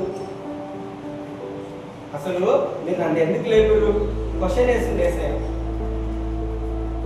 ఏమంటున్నాడు యేసు ప్రభు చెప్పండి? నన్ను ఎందుకు లేపారు ఓ అల్ప విశ్వాసులారా?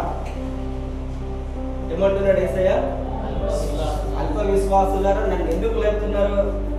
ఈవెన్ నీకు సమస్య వచ్చినప్పుడు కూడా యేసయ్యా అని పిలుస్తున్నావు, ఇమీడియట్ గా దేవుని యొక్క ఆన్సర్ ఏంటో తెలుసా? ఓ అల్ప విశ్వాసి, నన్ను ఎందుకు పిలుస్తున్నావు? నన్ను యేసయ్య ఏమన్నాడు? Everything is finished. నేను చేయాల్సిన పని అంతా ఆల్రెడీ సమర్థమైపోయింది. ఇప్పుడు నన్ను ఎందుకు పిలుస్తున్నావు? నేను ఎప్పుడో వచ్చాను, ప్రభువా రండి రండి దేవా అని మనం ప్రార్థన చేస్తుంటాం. కానీ దేవుడు అంటున్నాడు, అయ్యో అయ్యో అయ్యో నేను ఎప్పుడో 2000 సంవత్సరంలో క్రింద వచ్చాను, నా పని నేను కంప్లీట్ చేశాను, నేను వెళ్ళిపోయాను. ఇప్పుడు నేను వస్తే 2వ రాకట్లో వస్తాను. ఇప్పుడు దేవుడు ఏమంటున్నాడు? నేను నీకు అధికారం ఇచ్చాను. హల్లెలూయా హల్లెలూయా. దేవుడు నీకేమి ఇచ్చిండు? నేను మీకు అధికారం ఇచ్చినన్నా కూడా సైలెంట్ ఉంటున్నాను. దేవుడు నీకేమి ఇచ్చిండు? యాక్టివ్గా ఉండాలి. సరే వర్డ్ దేవుడు నీకేమి ఇచ్చిండు? అధికారం ఇచ్చి ఉన్నాడు. దేవుణ్ణి ఊరిక ప్రభువా ప్రభువా ప్రభువా అని పిలువడే కాదు. దేవుడు ఏమంటున్నాడు? నేను నీలోనే ఉన్నాను, నీతోనే ఉన్నాను, నేను నీలోనే ఉన్నాను, నీతోనే ఉన్నాను. ఇప్పుడు శిష్యులందరూ వెళ్ళి లేపుతున్నారు యేసు ప్రభుని, అపోస్తలులు అందరూ. యేసు ప్రభు వచ్చి ఏమంటున్నాడు? అల్ప విశ్వాసులారా మీరు ఎందుకు భయపడుతున్నారు? నువ్వు ఎందుకు భయపడుతున్నావు? నీ సమస్యను బట్టి, నీ రోగాన్ని బట్టి, నీ వ్యాధిని బట్టి నువ్వు ఎందుకు భయపడుతున్నావు? నీ కుటుంబాన్ని బట్టి నువ్వు ఎందుకు భయపడుతున్నావు? నువ్వు ఉన్న సిచ్యువేషన్ బట్టి నువ్వు ఎందుకు భయపడుతున్నావు? ఎందుకు భయపడుతున్నావు? దేవుడు అడుగుతున్నాడు, వై ఆర్ యు ఫియరింగ్? ఎందుకు భయపడుతున్నావు? ఏ వ్యక్తికి భయము? యేసు ప్రభు మైనస్. ఏ వ్యక్తి అయినా ఉందంటే ఆ వ్యక్తికి భయం. యేసు ప్రభు నాలో లేకపోతే నాకు భయం. యేసు ప్రభు నా తోడు లేకపోతే నాకు భయం. యేసు ప్రభు నాలో ఉంటే నాకు భయమేనా? పాట ఏం పాడతాము? నాకు పాడండి, ఏం పాట పాడతాం? నాకు దిగులేనా, నాకు చింతేలా, నాకు భీతియేలా, నీవు నా తోడు ఉన్నావయ్యా, నాకు భయమేలా నా యేసయ్యా. ఇంత క్లారిటీగా ఎంత మధురంగా పాడుతున్నాము, కానీ మనం అది ఎక్స్పీరియన్స్ చేస్తాం. చెప్పండి, ఏం చేస్తున్నాము? ఈవెన్ పాట పాడేటప్పుడు కూడా జస్ట్ లిప్స్ తోనే పాడుతున్నాం, కానీ అండ్ ఇన్సైడ్ లో నుంచి మనం పాడతాం. That is the difference. ఆ యొక్క ఆరాధనకి ఎంత తేడా ఉంటుందో తెలుసా? నువ్వు చేస్తున్నటువంటి ఆరాధనకి హృదయానుసారంగా చేసే ఆరాధనకి ఎంత తేడా ఉంటుందంటే, పరలోకమునికి లేదంటే ఆకాశమునికి భూమి ఎంత దూరమో, భూమికి ఆకాశం ఎంత దూరం ఉంటే అంత తేడా ఉంటుంది. మనం పెదవులతోటి ప్రార్థన చేసినా, మనము పెదవులతో పాటలు పాడినా ఎంత తేడా ఉందో చూడండి.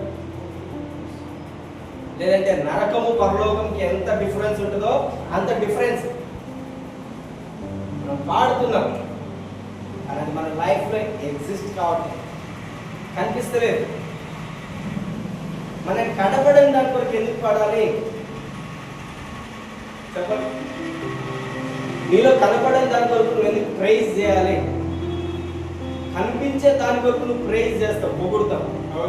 ఎవరికి నువ్వు థ్యాంక్ యూ అని చెప్తావు? ఎవరికి నువ్వు థ్యాంక్స్ అని చెప్పి ఎవరికి నువ్వు కృతజ్ఞత కలిగి ఉంటావు? ఎవరైనా నీకు హెల్ప్ చేస్తే ఆ హెల్ప్ అనేది నీకు కనిపిస్తుంది. వాళ్ళకి నువ్వేం చెప్తావు? కృతజ్ఞత అని చెప్తావు, థ్యాంక్స్ చెప్తావు. కానీ ఇప్పుడు యేసు ప్రభువు నీలో ఏం చేసి నన్ను కృతజ్ఞతాస్తుతులు చెల్లిస్తున్నావు? ఆ పాట రాసిన ఆయనకు ఒకవేళ దేవుడు మేలు చేసినట్టుంది, ఆ పాట రాసిన ఆయనకి దేవుడు అనుభవం ఇచ్చినట్టుంది. నీకేం అనుభవం వచ్చింది? దేవుడు నీకు నీ లైఫ్ కి సింక్ అవుతుందంటే నువ్వు పాడుతున్నావా? లేదంటే ఆ ట్యూన్ బాగుందని పాడుతున్నావా? చెప్పండి, దేని కొరకు నువ్వు పాట పాడుతున్నావు? నో డిఫరెన్స్ అని నువ్వేమన్నా విగ్రహమా? ఎమోషన్స్ నీలో లేవా? ఎమోషన్స్ లేకుండా ఉన్నావా నువ్వు? దేవుడు నిన్నేమన్నా ఎమోషనల్ లెస్ ఫెలోగా నిర్మించిందా? ఎవరైనా తిట్టిరంటే మనకు ఫుల్ ఎమోషన్స్, ఎవరైనా మన మీద కోపపడ్డారంటే ఫుల్ ఎమోషన్స్ ఫీల్ అవుతాం. దేవుడు నీ వాక్యములకి మనం స్పందించట్లేమే. ఒక వ్యక్తి నువ్వు ఫీల్ అవుతున్నావు, రిగ్రెట్ అవుతున్నావు, బాధపడుతున్నావు, ఆ వ్యక్తి నిన్ను ఏమైనా కొడుతున్నాడా? జస్ట్ ఒక వర్డ్ యూజ్ చేయగానే నీ యొక్క ఇన్నర్ మొత్తం చేంజ్ అయిపోతున్నది, నీ ఫేస్ ఎక్స్ప్రెషన్ అంతా చేంజ్ అయిపోతున్నది. బట్ దేవుని యొక్క వాక్యం మనతో మాట్లాడేటప్పుడు ఎందుకు మనకు చేంజ్ కావట్లేదు? ఎందుకు మన యొక్క లైఫ్ అనేది టర్న్ కావట్లేదు? కారణం ఏంటిది? ఆ వర్డ్ ఎవరైతే నిన్ను దూషిస్తున్నారో ఆ వర్డ్ డైరెక్ట్ గా నీ యొక్క మైండ్కి వెళ్ళట్లేదు, డైరెక్ట్ నీ యొక్క హార్ట్కి వెళ్తున్నది. ఎక్కడికి వెళ్తున్నది చెప్పండి? దానికి నువ్వు ట్యూన్ అవుతున్నావు, నీ ఫ్రీక్వెన్సీ వాళ్ళ వర్డ్ కి కనెక్ట్ అవుతుంది. దాన్ని మర్చిపోతున్నావా? నెవర్ మర్చిపోం. కానీ దేవుని యొక్క వాక్యానికి మనం కనెక్ట్ కావట్లేదు. అంతా ఎమోషనల్ నీకు రావట్లేదు. Change your emotions. Your spirit. నువ్వే ఏ వ్యక్తివి చెప్పండి? నువ్వెవరైనా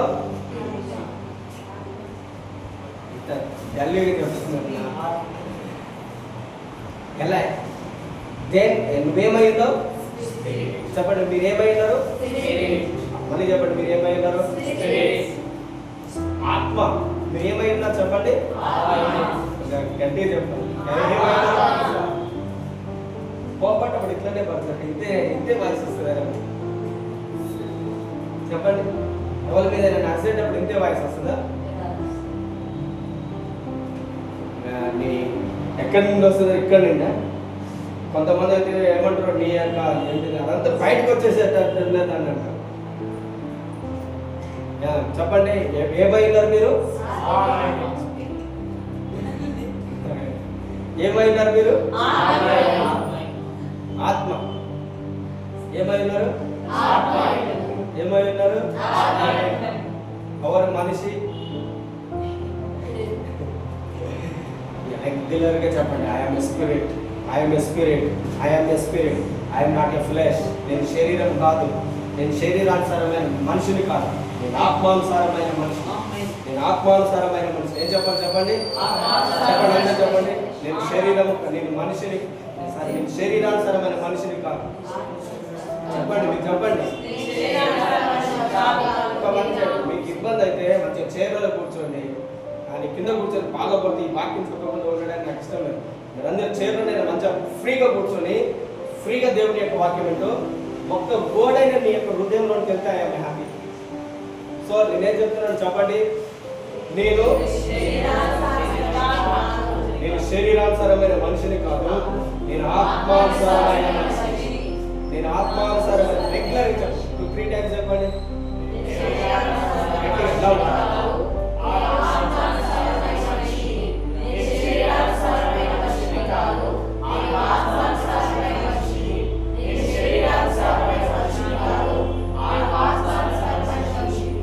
నేనేదో కొత్తగా ఎక్కడి నుంచో తీసుకొచ్చి చెప్పండి అనుకునేది లేదు. బైబిల్లో నుంచే వర్డ్ ఎక్కడ ఉందో చెప్పండి. ఎక్కడ చెప్పండి.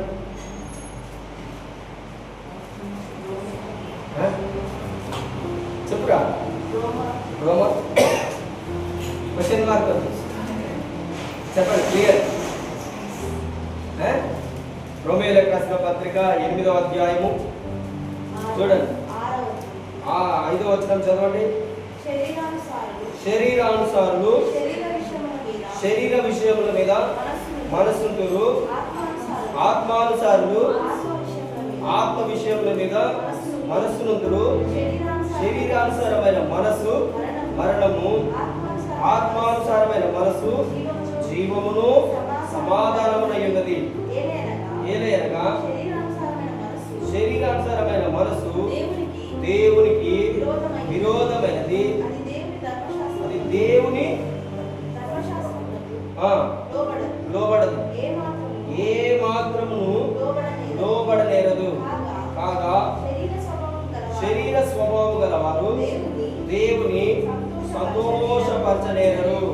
మీరు దేవుని ఆత్మ మీరు నివసించి మీరు ఆత్మ స్వభావం గలవారే కానీ శరీర స్వభావం గలవారు కాదు. 3వ వచనం చదవండి. శరీరమును అనుసరింపక ఏం అనుసరించి నడుచుకోవాలి? నువ్వేం అనుసరించకూడదు? చెప్పండి. ఏం అనుసరించకూడదు? ఏం అనుసరించాలి? ఆత్మను అనుసరించి I do not walk according to the flesh. That means దాని యొక్క అర్థం ఏంటిది? I am not a flesh. నేను శరీరానుసారమైన మనిషిని కాదు. నేను ఆత్మానుసారంగా నడుచుకుంటున్నాను. శరీరానుసారంగా నడుచుకుంటానంటే నేను శరీర సంబంధమైనటువంటి వ్యక్తిని కాను. దాని యొక్క అర్థం ఏంటిదంటే నేను శరీర విషయంలో మృతి చెంది ఉన్నాను. శరీరానుసారమైన ఎమోషన్స్, ఫీలింగ్స్ ఏవైతే నాకు శరీరంలో ఉంటాయో వాటి విషయమై నేను ఏమైపోయినాను? చచ్చిపోయాను. I'm dead. ఏ విషయంలో? శరీర విషయంలో ఉన్నటువంటి ఎమోషన్స్ కి, ఫీలింగ్స్ కి, ఇష్టాలకి. శరీర సంబంధమైన ఇష్టములు ఉంటాయి కదా, మన సొంత ఇష్టం అంటాం కదా. దేవుడు ఏమంటాడు? నీ స్వబుద్ధిని ఆధారం చేసుకొనక. నా స్వబుద్ధి అనేది నా శరీర సంబంధమైనటువంటి బుద్ధి. దేవుడు అంటున్నాడు ఆ బుద్ధిని ఆధారం చేసుకొనక. ఒకవేళ నువ్వు నీ బుద్ధిని ఆధారం చేసుకుంటే నీ మార్గము దేవుని యొక్క మార్గములలో ఉండవు. నీ మార్గము తొలగిపోతుంది. సో నేను ఆత్మానుసారంగా నడుచుకుంటే నా యొక్క మనసు దేవుని యొక్క మనసులో ఉంటుంది. అప్పుడు నేను దేవుణ్ణి అనుసరించి నడుచుకుంటా కానీ నా శరీరాన్ని నేను అనుసరించి నడుచుకోను. ఒకవేళ నాకు సమస్య వచ్చినా నేను శరీరానుసారంగా డీల్ చేయను. నాకు ఇబ్బందులు వచ్చినా, నాకు కష్టములు వచ్చినా, నాకు రోగములు వచ్చినా, నాకు వ్యాధులు వచ్చినా నేను శరీరానుసారంగా నడవను. నేను ఆత్మానుసారంగా నడుస్తాను. చెప్పండి ఎలా నడవాలి? మీరు చెప్పండి ఎలా నడవాలి? చెప్పండి. నేను ఆత్మానుసారంగా నడుస్తాను. నేను ఆత్మానుసారంగా నడుస్తాను. శరీరానుసారంగా నడవను. శరీరానుసారమైన మనస్సు నాలో లేదు. ఇది రియల్ గా మీరు చెప్తున్నారా లేదంటే జస్ట్ నేను చెప్పడానికి చెప్తున్నారా? ఎప్పుడైనా ఇన్ కేస్ ఎప్పుడైనా నేను చెప్తాను, ఎప్పుడైనా లిజన్, ఎప్పుడైనా మీరు శరీరానుసారంగా నన్ను హింసిస్తున్నారని చెప్పినట్లయితే ఎవరైనా ఎక్కడైనా ఎనీ ప్లేస్ ఎనీవే ఇక్కడ మొదలుకొని ఇది మొదలుకొని బయటికి వెళ్ళే తర్వాతకి నేనేం చెప్తున్నా? తప్పకుండా నేను హింసిస్తారు, తప్పకుండా నేను ఇబ్బంది పెడతారు. ఇబ్బంది రాదని చెప్పట్లేను. నిన్ను తప్పకుండా మాటలతో ఇబ్బంది పెడతారు, మాటలతో గాయపరుస్తారు. కానీ నువ్వు ఇక్కడికి నుంచి వెళ్ళిన తర్వాతకి నీ ఎమోషన్స్ అనేవి నువ్వు శరీరానుసారంగా ఇతరులను తిట్టినప్పుడు ఎలా ఏడుస్తున్నారో, ఇతరులను ఇబ్బంది పెట్టినప్పుడు ఎలా బాధపడుతున్నారో సేమ్ అదే విధంగా నువ్వు బాధపడుతున్నట్లయితే నువ్వు చేంజ్ అయినటువంటి వ్యక్తి కాదు. ఓకే, ఈరోజు ఇక్కడ దేవుని యొక్క మందిరంకి వచ్చినావంటే నువ్వు ఆల్రెడీ ఈ బోర్డు నీకు అవసరం. ఇది నీకు దేవుడు డైరెక్ట్ గా ఇట్స్ ప్రాఫిటిక్ వర్డ్. నేనేం చెప్పినా రాగానే ఏం చెప్తాను మీకు స్వస్థత గిఫ్ట్ గురించి చెప్తాను, బట్ కంప్లీట్ గా నేను ఏదో చెప్తున్నాను. కానీ ఇది నీకు ఈ సమయానికి ఇది అవసరం. నీ ఏదైనా ప్రిక్ చేస్తున్నా, ఊరికే గాయపరుస్తున్నా, నీ మైండ్ గాయపరుస్తున్నట్టుండే నువ్వు ట్రై చేసి దేవుడికి మొరపెట్టినావు, దేవుడిని అడిగినట్టు. అందుకని దేవుడు డైరెక్ట్ గా ఇది నీతో మాట్లాడుతున్నాడు. హల్లెలూయా, హల్లెలూయా. దేవుడు ఇప్పుడు డైరెక్ట్ గా ఎవరైనా కావచ్చు, దేవుడు నీకు డైరెక్ట్ గా చెప్తున్నది ఏంటంటే ఇక్కడ నువ్వు చేంజ్ కాదు, నువ్వు మారిపోయినావు. నేనేం చెప్తున్నాడు, దేవుడు ఏం చెప్తున్నాడే, ఇన్ని రోజుల వరకు నువ్వు శరీరానుసారంగా బాధపడుతున్నావు. నువ్వు క్రిస్టియన్, నన్ను కలిగి ఉన్నానని చెప్తున్నావు, నేను క్రీస్తును కలిగి ఉన్నాను అంటున్నావు. కానీ నువ్వు చేంజ్ అవుట్వర్డ్ చేంజ్ కాలే, నీ లోపల చేంజ్ కాలే. నేను పేరుకి క్రిస్టియన్ అంటున్నా, క్రీస్తును నమ్ముకున్నా అంటే ఎవరైనా వచ్చి నిన్ను ఇబ్బంది పెడితే సేమ్ ఏడుస్తున్నావు. ఫీలింగ్స్ చేంజ్ కాలే, నీ ఎమోషన్స్ చేంజ్ కాలే, నీ భావోద్రేకాలు మారిపోలేదు. అదే లైఫ్ నీలో ఉన్నది, అదే ఓల్డ్ థాట్, ఓల్డ్ నేచర్. ఏ నేచర్ ఇది చెప్పండి, ఏ స్వభావం ఇది? పాత స్వభావం, ప్రాచీన స్వభావం, ప్రాచీన పురుషుడు. తెలుగులో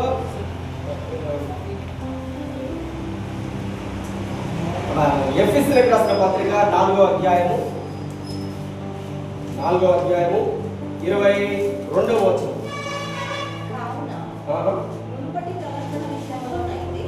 మునుపటి ప్రవర్తన విషయంలోనైతే మోసకరమైన దోష వలన చెడిపోవు మీ ప్రాచీన స్వభావమును వదులుకొని మీ చిత్తవృత్తి యందు నూతన పరచబడిన వారై నీతియు యథార్థమైన భక్తియు గలవారై దేవుని పోలికగా సృష్టింపబడిన నవీన స్వభావమును ధరించుకొనవలెను. చూడండి, ఈ వర్డ్స్ ప్రాచీన స్వభావం, చిత్తవృత్తి ఇవన్నీ మనకు డిఫరెంట్ ఉంటాయి. అసలు ఈ చిత్తవృత్తి ఏంటి, ఈ స్వభావం, ఇవన్నీ మనకు అర్థం కాదు. ఇది వెరీ డీప్ మెసేజ్. సో ఎప్పుడైతే నీకు అర్థం కావట్లేదో ఇమీడియట్ గా ఇంగ్లీష్ బైబిల్ చూడాలి. ఏం చూడాలి? ఇంగ్లీష్ బైబిల్ చూడండి. ఏముంటది ఇంగ్లీష్ లో? ఐ పుట్ ఆఫ్ అని అంటే ఏంటిది? వదులుకొని. ఇక్కడ ఏమన్నా, నా ప్రాచీన స్వభావమును వదులుకొని. ఏం వదులుకోవాలి నువ్వు? ఏ నేచర్ ఇది? ఓల్డ్. ఇంగ్లీష్ లో చదవండి ఒకసారి. ఏది ఇంగ్లీష్ లో ఎంగేజ్ చూడండి. ఏమని ఉంటుంది అంటే, I put off my old man, old nature. ఏమని ఉంటుంది చెప్పండి? I put off my old man. Old man అంటే ఎవరు? మనం ఏం చెప్తాం ఓల్డ్ మ్యాన్ అంటే? ఓల్డ్ మ్యాన్ అంటే తెలుగులో ఏమంటారు చెప్పండి? తాత, ముత్తాత. ఎవరు ఓల్డ్ మ్యాన్? చదువు ఓపెన్ కదా.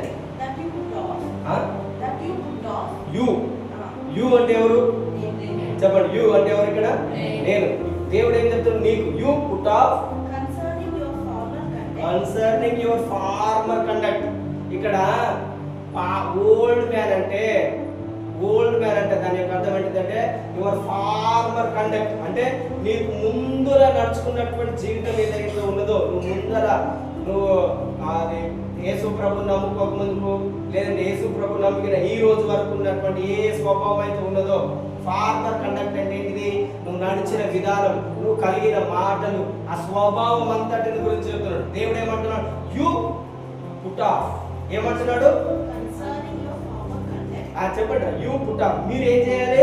దాన్ని వదిలేయాలి. పుట్ ఆఫ్ అంటే ఏంటిది? ఇప్పుడు ఐ పుట్ ఆన్, ఈ షర్ట్ ని నేను వేసుకున్నాను, నా యొక్క స్వభావం పాత స్వభావం, ఇది పాత షర్ట్ అయింది అనుకోండి, అందరూ ఏమంటారు, అన్న ఈ షర్ట్ బాగాలేదన్న, పాతగా ఇప్పుడు తీసేయన్న, ఓల్డ్ థింగ్స్ తీసేయన్న, ఓల్డ్ థింగ్స్ బాగలేదన్న, ఓల్డ్ క్లోత్స్ బాగలేదన్న, చూడడానికి చాలా అగ్లీగా ఉంది. యేసు ప్రభు కూడా మనల్ని ఎప్పుడు చూసినా ఓల్డ్ ఓల్డ్ ఏమున్నది, ఇంకా పాతదే ఉన్నది. నేను దేవుడు ఏమంటున్నాడు, అయ్యో నువ్వు ప్రేయర్ చేయడం ఫస్ట్ అవ్వకు. ఏం చేయాలి మనం ప్రేయర్ చేయడము ఆపేసి, నీ డ్రెస్ బాగాలేదు తీసేసిరాకు ఫస్ట్ ఇమీడియట్గా. నీ డ్రెస్ తీసేసి put off your former conduct, తర్వాతకి ఓల్డ్ మ్యాన్. ఇప్పుడు ఎవరు ఇక్కడ ఓల్డ్ మ్యాన్ దగ్గరికి వెళ్ళండి, ఆయనలో జీవం ఉంటుందా? ఓల్డ్ మ్యాన్ దగ్గరికి వెళ్ళండి, పాత వృద్ధుని దగ్గరికి వెళ్ళండి. ఆయన శరీరం అంతా ఏమైతుంది, అంత ఏమైపోతుందిరా, శక్తి లేదు, బలం లేదు. అయ్యా నేను బలహీనుడిని, నాకు సహాయం చేయండి ఏమంటాం మనము?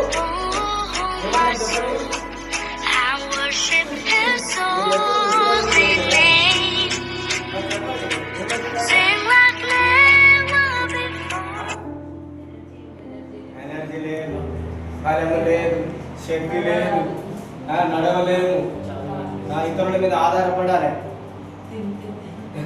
తింటే తినాలి, లేకపోతే ఎక్కువ తింటే ఏమవుతుంది? యంగ్ మ్యాన్ ఉన్నంత తినేస్తాడా? లేడు. యంగ్ మ్యాన్ పరిగెత్తుతాడా? పరిగెత్తలేడు. వాళ్ళు ఎగిరినట్టు ఎగురుతారా? ఓల్డ్. నీ యొక్క ఓల్డ్ స్వభావం పెట్టుకుని క్రీస్తువు నువ్వు ఎలా పరిగెత్తుతావు? ముసలి తాత దగ్గరికి వెళ్ళండి, ఇప్పుడు పరిగెత్తమని అడగండి. అమ్మమ్మ దగ్గరికి వెళ్ళండి, పరిగెత్తమని అడగండి.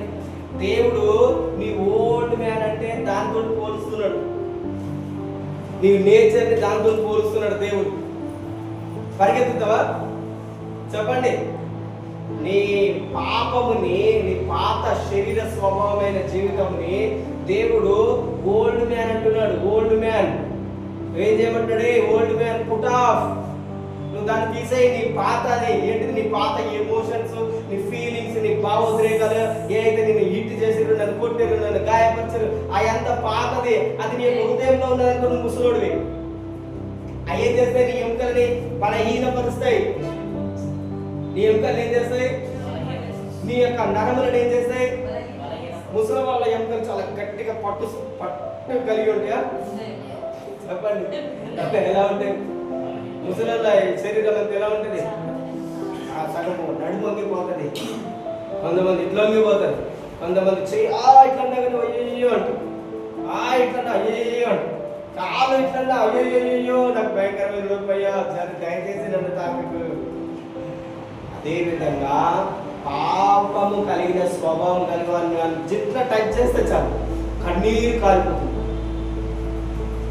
పాపము, ఇబ్బందులు, బాధలు కలిగిన వ్యక్తి దగ్గరికి వెళ్ళి ఎలా ఉన్నావని అంటే చాలు, ఓ మై గాడ్ ఎలా ఉందన్నా, వాళ్ళ డ్యామ్ ఓపెన్ అయిపోతుంది, డ్యామ్ బ్రేక్ అవుతుంది. ఏం బ్రేక్ అవుతుంది? డ్యామ్ బ్రేక్ అవుతుంది. సునామీ వచ్చినట్టే కాదు, సునామీ వచ్చేసినట్టు హృదయంలో ఉన్న బాధంతా పైకి తనుకుంటూ వచ్చేసి ఉంటుంది. ఎట్లా వస్తుంటుంది బాధ అంతా? ఎమోషన్ ఎట్లా వస్తుంటుందా? ఓపెన్. ఈరోజే బాంబ్ బ్లాస్ట్ అయిన టైం అవుతుంది. అది ఇంకెవరైనా వాళ్ళని ఇబ్బంది పెట్టినప్పుడు ఆ సమయంలో వస్తే ఇక చాలా అయిపోయింది. ఇక నేను ఇబ్బంది పెట్టాను ఆ సమయంలో వస్తే కదా వాళ్ళు అనుకుంటారు, అనవసరంగా ఈ టైంలో వచ్చింది, బాబరే ఇది రాంగ్ టైమింగ్స్, నాకు ఈ టైంలో నేను రాకూడదు, కానీ అనవసరంగా వచ్చాను. ఇదేంటిది? Old life. ఏ లైఫ్ ఇది? ఈ ఓల్డ్ లైఫ్ గురించి చెప్పి దేవుడు ఎట్లా నవ్వుతున్నాడు చూడండి. ఓల్డ్ లైఫ్ ఎప్పుడైనా నిన్ను బాధిస్తున్నాడు. దేవుడు అంటున్నాడు, you are not a old man, I created you again. దేవుడు చెప్తారు ఇంగ్లీష్ లో కరప్ట్. ఓల్డ్ మ్యాన్ ఏమున్నదిరా? కరప్షన్ ఉన్నది. ఏమన్నా ఇన్కరప్షన్ ఉన్నదా? నీ పాత జీవితము అంత కరప్ట్ అయిపోయినటువంటి జీవితం, అది ఫుల్గా పొల్యూట్ అయినటువంటి లైఫ్. థాట్స్ లైఫ్ తోటి, వర్క్స్ తోటి, వర్డ్స్ మాటలతోటి, ఆలోచనలతోటి అన్ని రకాలుగా అదేమైపోయింది, కరెక్ట్ అయిపోయింది. నీ బ్రెయిన్ అంతా ఏమైపోయింది, కరెక్ట్ అయిపోయింది. కంప్యూటర్లో కరెక్ట్ అయితే పనిచేస్తుందా? ఏమంటారు దాన్ని? కంప్యూటర్ని కరెక్ట్ అయితే డెడ్ అంటారు. ఏమంటారు అది? కంప్యూటర్ కరెక్ట్ అయింది, ఇంటర్నల్ కరెక్ట్ అయిపోయింది, ఏమంటారు అది? ఫర్ ఎగ్జాంపుల్ ఫైల్ కరెక్ట్ అయిపోయింది అనుకో, అది ఓపెన్ చేసి ఓపెన్ అవుతుందా? కొత్తగా నీ చేయాలనుకుంటా, స్టార్ట్ చేయాలనుకుంటా, స్టార్ట్ అవుతుందా? అదేవిధంగా మీలో కరప్టెడ్ థింగ్స్ ఉన్నాయి అనుకోండి, corrupted mind, corrupted thoughts, corrupted words నీ యొక్క హృదయంలో ఉన్నాయనుకో, దేవుడు నిన్ను ఎంత కొత్తగా చేద్దాం అనుకున్నా కానీ అది కాదు. ఎప్పుడైతే ఈ కరప్టెడ్ థింగ్స్ అనేవి, ఆ కరప్టెడ్ ఫైల్ అనేది ఎరేజ్ చేస్తామో, ఎరేజ్ చేయాల్సిందేనా, డిలీట్ చేయాల్సిందేనా? చెప్పండి, డిలీట్ చేయాలా ఉంచాలా? వైరస్ వచ్చింది అనుకోండి, ఫర్ మీకు మనకు అర్థమైంది, వైరస్ వచ్చింది అనుకోండి, అది సిస్టమ్ ఫాస్ట్గా ఉంటుందా? ఏమైపోతుంది? కారణం ఏంటిది? ఏమున్నది దాంట్లో? చెప్పండి, ఏమున్నది? వైరస్ ఉన్నది కనుక అదేం కాదు, ఫాస్ట్గా వర్షన్ ఓపెన్ కాదు. ఇప్పుడు ల్యాప్టాప్స్ ఎవరు చూస్తారు? అందరు ఫోన్ చూస్తారు కదా. ఫోన్లో పాత ఫోన్ చూడండి, ఫాస్ట్ ఓపెన్ అవుతుందా? అదేమైపోయింది, స్ట్రక్ అయిపోయింది.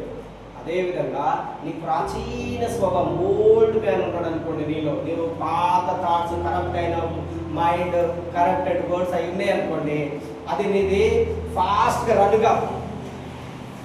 ఏం కాదు? ఫాస్ట్గా రన్ కాదు. చదివా, కరప్షన్, కరప్టెడ్, అవన్నీ మనలో, లస్ట్ నేచర్ మనలో ఉంది. Be renewed in the mind. In the spirit of your mind. ఎక్కడ రెన్యూ కావాలి మనము? ఇప్పుడు నేనేం చెప్పినా మీరు ఏమై ఉన్నారు? Spirit being. ఏమై ఉన్నారు మీరు?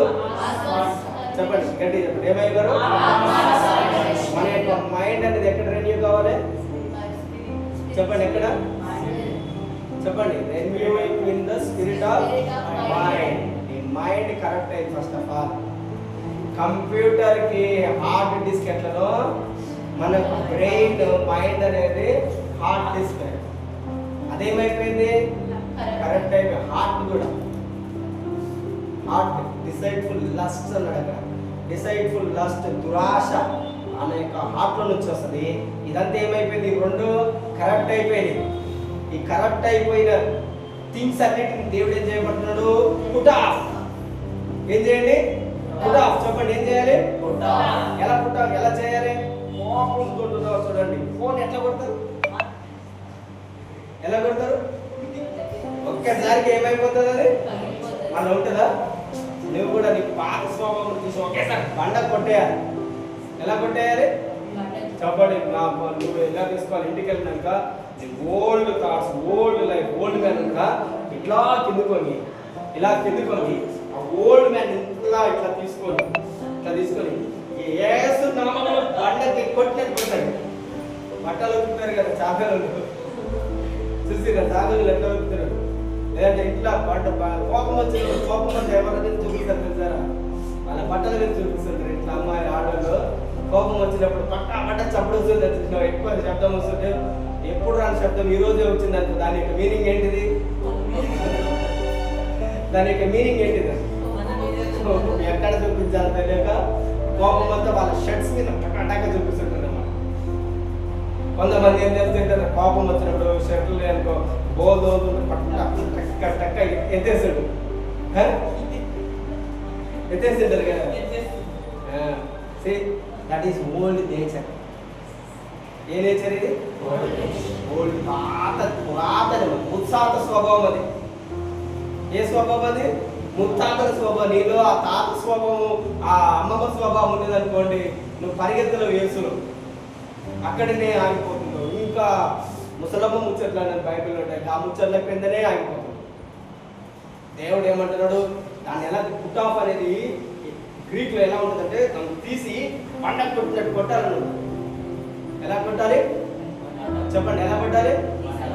ఎట్లా ఎట్లా ఎట్లా తీసేయాలంటే నీ కోపం అంతా నీ ప్రాచీన స్వభావం మీద యేసు నామములో కొట్టేయాలి. మోషేకు కోపం వచ్చింది, బండను ఎట్లా కొట్టిండు? గట్టిగా కొట్టినాను. కానీ నీకు కూడా కోపము స్పిరిచువల్ కోపం రావాలి. ఏ కోపం రావాలి చెప్పండి? శరీర సంబంధమైన కోపం రావాలి. శరీర సంబంధమైన కోపం వస్తే వాళ్ళ నీళ్ళని కొడుతుంది. కానీ యాక్చువల్గా మన శరీరం కాదు. ఎవరు నువ్వు? ఎవరు? నేను శరీరాన్ని కాదు. నేను ఇప్పుడు ఎవరైనా నన్ను వచ్చి కొట్టిన అనుకో, నేను రిటర్న్ కొట్టిన అనుకో, నేను స్పిరిట్ కాదు. నేను ఇప్పుడు ఏమై ఉన్నాను? ఇంకా ఆత్మ. నేను ఇంకా ఏమై ఉన్నాను? ఎవరైనా నన్ను వచ్చి పట్ట కొడుతున్నారు అనుకోండి, నాలో ఏమైతుందో నాలో ఎమోషన్స్ అన్నీ ఒకేసారి, భావోద్రేకం అన్నీ, నా ఫేస్ ఎక్స్ప్రెషన్ అంత ఏమైపోతుంటే సడన్ గా చేంజ్ అయిపోతుంది. ఏ అని అనుకుంటా నేను. అప్పుడు దానికి అర్థం ఏంటిది? శరీరం. ఇంకా నాలో మార్పు ఎక్కడిది? ఎలా? How God works in me. దేవుడు నాలో ఎలా పనిచేస్తాడు? దేవుడు నాలో ఎలా దేవుడు అన్నాడు దీర్ఘ శాంతం ఉండాలి. ఏ శాంతం ఉండాలి? దయాళుత్వం, మంచితనం ఉండాలి. నాలో ఇప్పుడు దీర్ఘశాంతమే లేదు. ఈ నేను ప్రేయర్ చేస్తుంటే మనం ఏమనుకుంటామంటే, నా పాపం మీద నీకు అడ్డుగా ఉందని ప్రార్థన చేస్తాం. పాపం కాదురా బాబు, దేవుడు అంటాడు నువ్వు ఒక వ్యక్తి కొడితేనే నువ్వు తట్టుకోలేకపోతున్నావు, ఆ ఎమోషన్ నీకు అడ్డుగా ఉన్నాయి. ఫస్ట్ ఆఫ్ ఆల్ దీన్ని తొలగించి, ఇదే పెద్ద బండ నీ జీవితంలో పెద్ద కొండలాగా ఉన్నది, దీన్ని తీసి అరే ఆ తర్వాతకి ప్రేయర్ చేయి. శరీరానుసారమైన మనసు. ఎప్పుడైనా ప్రార్థన చేస్తున్న ప్రార్థనకి జవాబులు రాలేదని ప్రార్థన చేస్తుంటాం కదా, ప్రార్థనకి జవాబు రాలేదంటే ఇమ్మీడియట్ చెప్తారు. ఏమంటారు? ఫస్ట్ ఆఫ్ ఆల్ నీ లైఫ్ని చెక్ చేసుకో. నువ్వు ఎక్కడైనా పాపం చేసినావు అంటారు. నువ్వు ఆలోచిస్తావు, అయ్యో ట్రింగ్ నేను ఎక్కడ పాపం చేయలేదు. కానీ నేను ప్రార్థన చేసినాక నాకు జవాబు రావట్లేదు. దేవుడు ఏం చెప్తున్నాడు? ఏ కోపము, నీ యొక్క దుష్టత్వము, నీ దుర్నీతి, ఆ స్వభావం అంతటి తీసి ఫస్ట్ ఆఫ్ ఆల్ తీసేయి. పుట్ ఆఫ్ అంటే తీసేసి తర్వాత ఏం చేయమన్నాడు? దేవుడికి ప్రేయర్ చేయి. హల్లెలూయా. నేను ఏ స్వభావం కాదు, నువ్వే స్వభావం కాదు, నీలో ఏ నేచర్ ఉన్నది చెప్పండి. ఏ నేచర్ నీలో ఉంది చెప్పండి. అప్పుడు నాలో నువ్వు చెప్పండి, నేను ఆత్మానుసారమైన వ్యక్తిని. నేను మాట్లాడే మాట జీవమును ఆత్మయునై ఉన్నవి. ఏమై ఉన్నాయి చెప్పండి. నీ మాటలు చెప్పండి. అందరు నాలుగు. నేను ఆత్మయున్నాను, నేను ఆత్మనై ఉన్నాను. నా మాటలు ఆత్మయు జీవమునై ఉన్నవి. నా మాటలు ఆత్మయు జీవమునై ఉన్నవి. ఆత్మనే జీవింపజేస్తుంది. ఏంటిది? జీవింపజేసేది? చెప్పండి. ఏంటిది నీకు జీవింపజేసేది? ఏంటిది నీకు జీవింపజేసేది? ఏంటిది నీలో జీవింపజేసేది? నీ మాటలు ఏంటి? ఓన్లీ జీవం మాత్రమేనా? నీ మాటలు జీవం, ఆత్మయు. నీ మాటలు ఏమై ఉన్నవి? యేసు ప్రభు చెప్పిన మాట ఏది? యేసు ప్రభు ఏమన్నాడు? నా మాటలు ఆత్మయు జీవములై ఉన్నవి. ఏమై ఉన్నది? దేవుని యొక్క మాటలు. దేవుడు ఏ విధంగా గుడ్డి వాళ్ళని బాగు చేస్తున్నాడు? యేసు ప్రభు ఏ విధంగా చనిపోయిన వాళ్ళని ఎవరెత్తుతున్నాడు? యేసు ప్రభు ఏ విధంగా కుంటి వాళ్ళని బాగు చేస్తున్నాడు? యేసు ప్రభు ఏ విధంగా లేని వాటిని ఉన్నట్టుగానే చేస్తున్నాడంటే, ఆయన చెప్పేటటువంటి మాటలో స్పిరిట్ ఉన్నది. ఏమున్నది ఆయన యొక్క మాటలో? ఆయన యొక్క మాటలో లైఫ్ ఉన్నది, జీవం ఉన్నది. ఎప్పుడైతే దేవుడు మాట్లాడుతున్నాడో ఆత్మ జీవము రెండు కలిసి ఆయనలోనికి జీవం వస్తున్నది. హల్లెలూయా. గుడ్డి వానికి ఇమ్మీడియట్ గా జీవం ఎలా వస్తుంది? ఆత్మనే బ్రతికిస్తుంది. ఏం బ్రతికిస్తుంది? నీవు ప్రేయర్ చేస్తే జీవం రావట్లేదు, నువ్వు ప్రేయర్ చేస్తే అద్భుతం జరగట్లేదంటే నువ్వు ఇంకా ఆత్మానుసారంగా లేవు. నీ స్పిరిట్ ఇంకా యాక్టివ్ గా లేదు. నీ స్పిరిట్ ఇంకా డెడ్ పొజిషన్ లో ఉన్నది. ఏ పొజిషన్ లో ఉంది? చచ్చిపోయిన వ్యక్తి దగ్గరికి వెళ్ళి ఎన్ని మాటలనే చెప్పడానికి వినిపిస్తాయా? ఓ బ్రదర్ నువ్వు చనిపోయిన, ఓ అమ్మమ్మ నువ్వు చనిపోయినావు, అనవసరంగా నీకు చాలా గిఫ్ట్ తెచ్చిన, లేచి చూడండి, చూస్తుందా? చనిపోయిన వాళ్ళ దగ్గరికి వెళ్ళి ప్రేమిస్తూ నీకు అంత తెచ్చాను, నాకు ఇది ఇచ్చావంటే నాకు వినిపిస్తుందా? ఎప్పుడు చెప్పాలి నువ్వు ఇవన్నీ? బ్రతుకున్నప్పుడే. నీవు చచ్చిన స్థితిలో ఉండి దేవుడికి ప్రేయర్ చేస్తే నథింగ్ యూస్.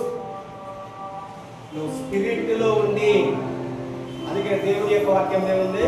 దేవుడు ఆత్మ కనుక ఆయన ఆరాధించువారు ఆత్మతోనూ సత్యంతో ఆరాధించాలి. చూడండి, ఆత్మతోనూ. ఎలా దేవుని ఆరాధించాలి? ఆత్మతో దేవుని చూడాలి. నీ శరీరానుసారంతో దేవుని చూడలేవు. బైబిల్లో ఉంది, ఏ శరీరానుసారి కూడా దేవుని చూడడు. నువ్వు దేవుని ఎలా చూస్తావు? దేవుడు ఏమన్నాడు? మీరు నన్ను కనుగొంటారు అన్నాడు. నువ్వు నన్ను చూస్తావు అన్నాడు. ఎలా చూస్తావు? శరీరానుసారంగా ఉంటే నువ్వు దేవుని విషయంలో నీకు అర్థం కావంటున్నాడు బైబిల్. నువ్వు ఆత్మానుసారంగా ఉన్నప్పుడే దేవుని డైరెక్ట్ గా చూస్తావు. హల్లెలూయా. నువ్వు దేవుని చూడాలంటే నువ్వు ఆత్మలో ఉండాలి. నువ్వు వర్ధిల్లాలంటే నువ్వు ఆత్మానుసారంగా ఉండాలి. నువ్వు ఫలించాలంటే నువ్వు ఆత్మానుసారంగా ఉండాలి. నీ యొక్క ఎమోషన్స్ అన్ని ఆత్మానుసారమైన ఎమోషన్స్ ఉండాలి. అప్పుడు నువ్వు ఏది చేసినా ఏది చెప్పినా ఫలిస్తుంది. రెగ్యులర్ గా చెప్పండి, ఐ యామ్ ఏ స్పిరిట్. నేను ఆత్మనై ఉన్నాను. దేవుని యొక్క ఆత్మ నా ఆత్మతో ఏకమై ఉన్నది. ఏమై ఉన్నది? చెప్పండి. దేవుడు ఆత్మ, నా ఆత్మ ఏకమై ఉన్నది. దేవుడు నీతో కలిసే కనెక్షన్ పాయింట్ ఎక్కడంటే నీ స్పిరిట్. నీ ఫ్లెష్ కాదు, నీ సోల్ కాదు, నీ యొక్క స్పిరిట్, నీ యొక్క ఆత్మ. నువ్వు రెగ్యులర్ గా చెప్పాలి. ఏం చెప్పాలి? నేను ఆత్మ ఉన్నాను, దేవుడు ఆత్మ ఉన్నాడు, నా ఆత్మ దేవుని ఆత్మ ఏకమై ఉన్నది. హల్లెలూయా. నా ఆత్మ దేవుని యొక్క ఆత్మ ఏకమై ఉన్నది. నేను ఆత్మ ఉన్నాను, దేవుని యొక్క ఆత్మ నాలో ఉన్నది. హల్లెలూయా. దేవుని యొక్క ఆత్మ నాలో ఉన్నది. ఇప్పుడు సాకెట్ అక్కడ ఉన్నది, ప్లగ్. వేరేది 3 పిన్నులు ఉన్నది. వేరేది ఏది తెచ్చిపెట్టినా కానీ పవర్ ఫ్లో కదా. ఓన్లీ ఎలక్ట్రిక్ వైర్ ఉన్నటువంటి దాన్ని తీసుకొచ్చి ఆ ప్లగ్ లో కనెక్ట్ చేస్తే అది కనెక్ట్ అవుతుంది. అది ప్రాపర్ గా వర్క్ చేస్తుంది. అంతేనే కదా? చెప్పండి, అవునా కదా? ఇప్పుడు ఇక్కడ ఫోన్ ఉన్నది, ఛార్జింగ్ లేదు, కానీ సిపిన్ కి నేను V8 కేబుల్ తీసుకొచ్చి పెడితే సెట్ అవుతుందా? చెప్పండి, సెట్ అవుతుందా? కనెక్షన్ ఏమవుతుంది? ఎక్కడి వరకు వచ్చి ఆగిపోతుంది? ఆల్రెడీ సాకెట్ కనెక్ట్ చేసినావు, కానీ ఆ పిన్ దాకా వస్తుంది. నీ పిన్ కనెక్ట్ కావట్లేదు, కానీ ఏమవుతుంది? అక్కడే ఆగిపోతుంది. సో నీవు కూడా అంతే. శరీరానుసారంగా ఎంత దేవుని ఆరాధన చేసినా కూడా ఇక్కడనే ఆగిపోతుంది. నీ యొక్క కనెక్షన్ ఏమైపోయింది? కనెక్షన్ ఉన్నట్టుగానే ఉన్నది, సాకెట్లో పెట్టాం, కానీ రాంగ్ పిన్ యూజ్ చేస్తాం. No power. ఫోన్ ఏమైందంటాము? డెడ్. బ్యాటరీ ఏమైపోయిందంటాము? బ్యాటరీ డెడ్ అవుతుంది. బ్యాటరీ డెడ్ అవుతుంది అని ఛార్జింగ్ పెట్టకపోతే ఏమవుతుంది అంటాము? బ్యాటరీ డెడ్ అవుతుంది, డౌన్ అయిపోతుంది అని అంటాము. సో నీ యొక్క ఆత్మ దేవుని యొక్క ఆత్మతో కనెక్ట్ అయినప్పుడే నీలో నుండి పవర్ అనేది ప్రొడ్యూస్ అవుతుంది. ఏమవుతుంది నీలో నుండి పవర్? చెప్పండి, ఏం ప్రొడ్యూస్ అవుతుంది? ఎప్పుడు ప్రొడ్యూస్ అవుతుంది? దేవుని యొక్క ఆత్మ, నీ యొక్క ఆత్మ సాకెట్ లాంటిది. అది ఎప్పుడైతే కనెక్ట్ అయి ఉంటుందో అప్పుడే నీలో నుండి పవర్, ఎనర్జీ ఎవరు రెన్యూ అవుతుంది. నీ యొక్క ఆత్మ రెన్యూ అవుతుంది. ఒకవేళ నీ యొక్క ఆత్మ కనెక్ట్ కాలేదనుకోండి, నీ ఫ్లెష్ రెన్యూ అవుతుంది. ఏమైతుంది చెప్పండి? మనము కొన్ని రోజుల వరకు ఆత్మానుసారంగా అని ఉంటాం. సడన్ గా గాలి బెలూన్ గట్టి కొద్ది ఇంతలా ఊగుతుంది. ఒక్క పిన్ను పెట్టి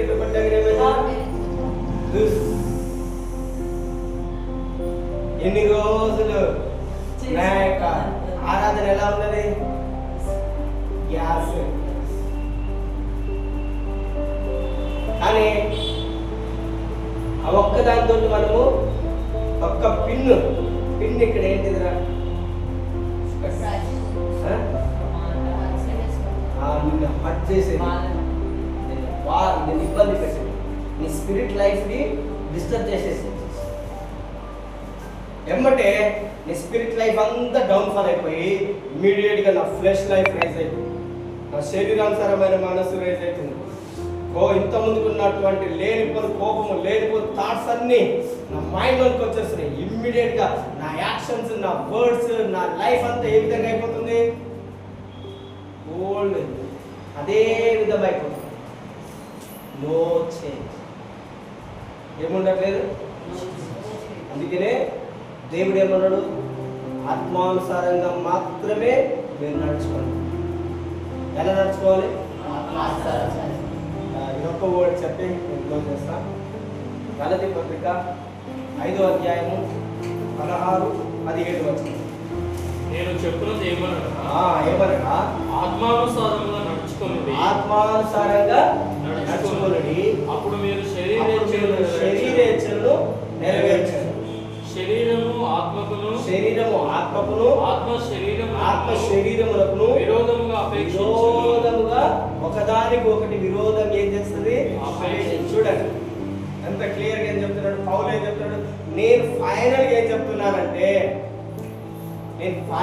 మీతో ఏమంటున్నానంటే, మీరు ఆత్మానుసారంగా మాత్రమే నడుచుకోండి. ఎలా నడుచుకోవాలి మీరు చెప్పండి? గట్టిగా చెప్పండి, ఎలా నడుచుకోవాలి? చెప్పాలి, సైతానా నేను ఆత్మానుసారంగా నడుచుకుంటున్నాను,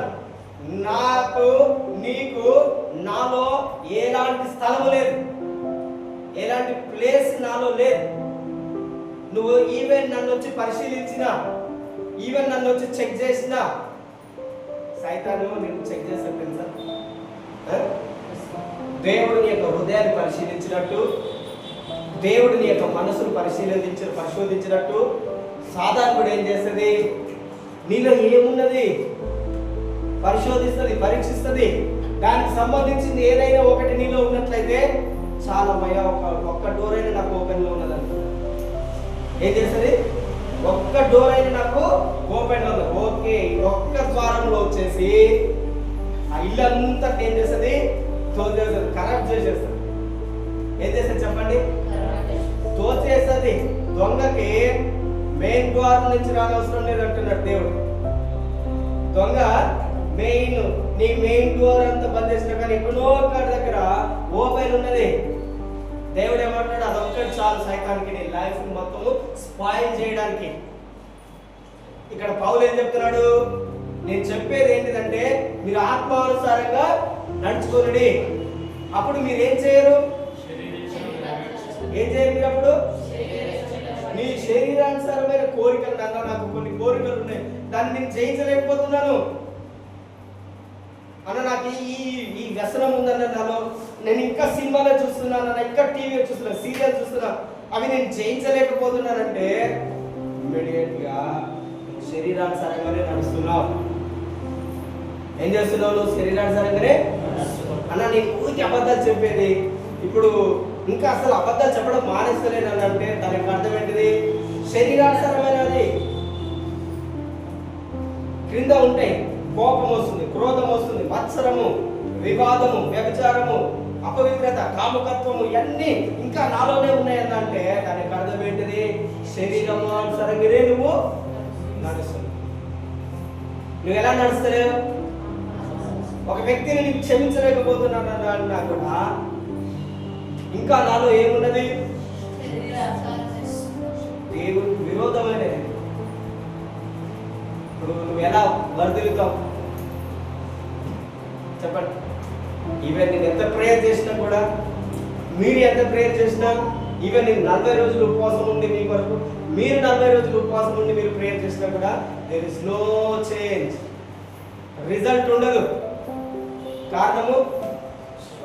కారణం ఏంటిది? దేవునికి విరోధమైనది. మనం చదివినగా రోమీయులకు రాసిన పత్రిక 8వ అధ్యాయంలో శరీరానుసారమైన మనసు దేవునికి విరోధమైనది. అది దేవుని ధర్మశాస్త్రం మనకు లోబడదు. ఏ మాత్రము కూడా లోబడతాను. ఏమన్నది? ఏ మాత్రం కూడా, ఎంత మాత్రం కూడా నువ్వు ఎంత ప్రార్థన చేయి, నువ్వెంత ఏదైనా చేయి, ఎన్ని ఫాస్టింగ్స్ కన్నా వెళ్ళు, ఎన్ని ప్రార్థనల కన్నా వెళ్ళు, ఎన్ని మీటింగ్స్ కన్నా వెళ్ళు, ఏదైనా చెయ్యి. ఒక గొప్ప అభిషేకం కలిగి వచ్చిన దైవజనుడు వచ్చి నీకు ప్రేయర్ చేసిన అన్న, మాకు ఆ దైవజనుడు ప్రేయర్ చేసిన, వీళ్ళు ప్రేయర్ చేసిన, నాకు చేంజ్ అనేది లేదన్నా అంటే చేంజ్ ఉండదు. కారణము నీకు దేవునికి విరోధంగా శరీరానుసారమైన మనసు నీలో నివాసం చేస్తున్నది. ఏం చేస్తుంది? మనలో ఏం నివాసం చేస్తున్నది? చెప్పండి, ఏం నివాసం చేస్తుంది? శరీరానుసారమైన మనస్సు నీలో ఉన్నంత కాలము నీలో చేంజ్ అనేది ఉండదు. దేవుడు ఏమంటున్నాడు? శరీరానుసారంగా నడుచుకోవడం మీరు తొలగించండి. ఎందుకు? శరీరము ఆత్మ ఒకదానికొకటి విరోధంగా పోరాడతాయి. ఒకదానికొకటి విరోధంగా ఆత్మ శరీరము, ఆత్మ శరీరం. శరీరం ఏం చేస్తుంది? నిన్ను డామినేట్ చేయాలని చూస్తుందండి. ఆత్మ ఏం చేస్తుంది? నిన్ను డామినేట్ చేయాలని చూస్తుందండి. ఈ రెండింటి మధ్యలో మనం ఇరుக்கப்பడి ఉన్నాం తెలుసా? ఈ రెండింటి మధ్యలో మనము ఇరుక్కుపోయి ఉన్నాం. ఈరోజు నేను ప్రేయర్ చేయకుండా, దేవుని యొక్క ఆత్మ సరిగ్గా లేకుండా, ఆత్మానుసారంగా వాక్యంలో నేను నడవలేకపోయినట్లయితే ఇమ్మీడియట్ గా శరీరం ఈరోజు ప్రేయర్ చేయాలి. పడుకొని కావాల్సిన ఎందుకు లేవడము? మళ్ళీ second day, third day, fourth day, fifth day, 10 days అయింది, 14 days అయింది, 21 days అయింది, 1 month అయింది, కదా ఫినిష్ అయిపోయింది. ఏమైపోతుంది? నీ యొక్క ఆత్మానుసారమైన జీవితం అనేది డౌన్ అయిపోయి నీ శరీరానుసారమైన మనసు ఏం చేస్తుంది? నీ శరీరం ఏమవుతుంది? రైజ్ అప్ అవుతుంది. ఏమవుతుంది నీ శరీరము? చెప్పండి, నీ యొక్క పోరాటం దేనితో? ఇప్పుడు నీ పోరాటం దేనితో? అందుకే పౌలు ఏమంటుందో తెలుసా? 1 కొరింథీ 9వ అధ్యాయము 27వ వచనం. 1 కొరింథీ 9:27 చదువు.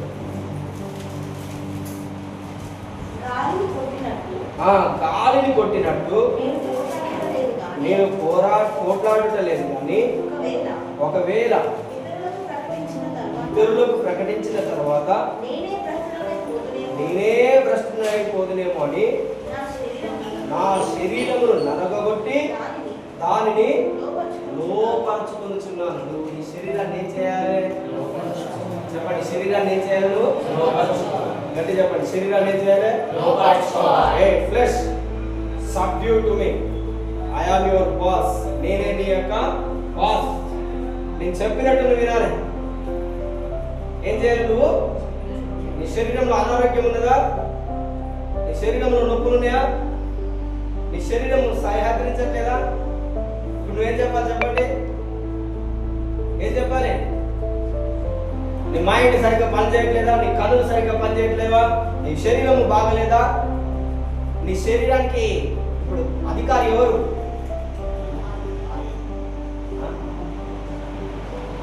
ఏంటి కాదు, ఇప్పుడు అందరూ ఏం చెప్పారు? నీ శరీరానికి అధికారి ఎవరు? ఇప్పుడు చైనొప్పి వస్తుంది, నడుము నొప్పి వస్తుంది, తలనొప్పి వస్తుంది, ఫీవర్ వచ్చింది, కన్నుల మధ్య కనిపిస్తున్నారు, నడవలేకపోతున్నా, బలహీనంగా ఉన్నా. ఇప్పుడు నీ శరీరానికి అధికారి ఎవరు?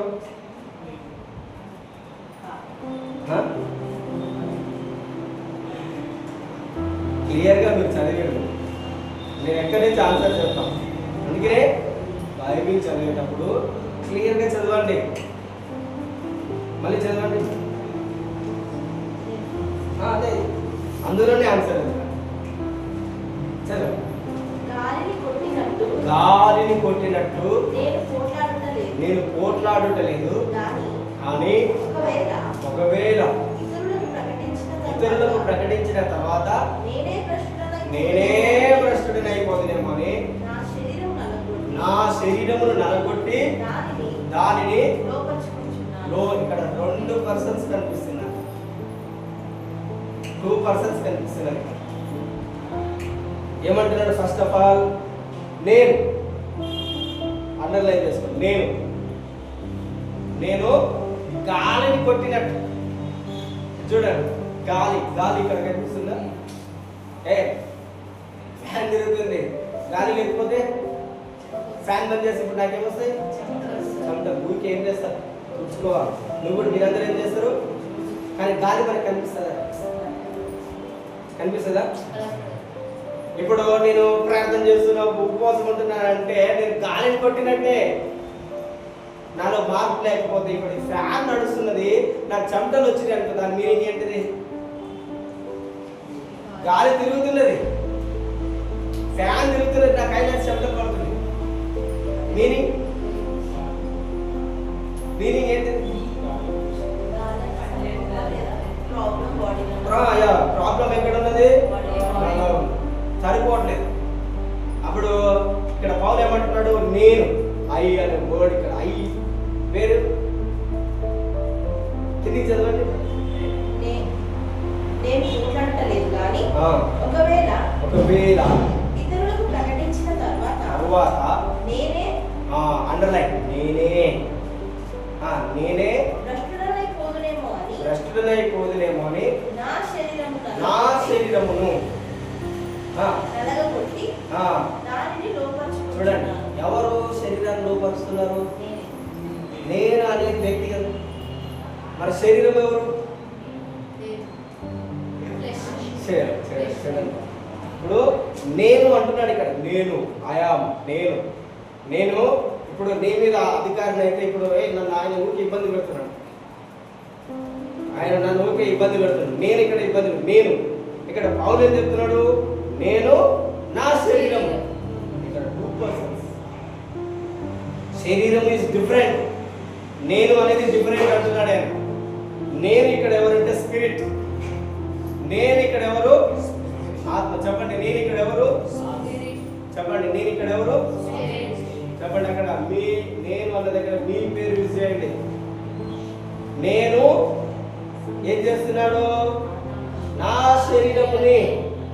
యాక్చువల్గా ఎవరి శరీరాన్ని ఆయన గాయపరుచుకుంటారా? చెప్పండి, ఎవరి శరీరం వాళ్ళు గాయపరుచుకుంటారా? It's a big subject. Only devil, దురాత్మ మాత్రమే తన శరీరాన్ని నలగొట్టగలదు. గెరాసీన్ దేశంలో ఒక వ్యక్తి ఉన్నాడు, దయ్యం పట్టిన వ్యక్తి. ఆయనని చైన్స్ తో కట్టేసింది. ఎందుకు కట్టేసిండు? 5-10 minutes కొంచెం కేర్ఫుల్గా పెట్టండి. గెరాసీన్ దేశంలో ఉన్నటువంటి వ్యక్తిని చైన్స్ తో ఎందుకు కట్టేసారు? చదవలేదండి?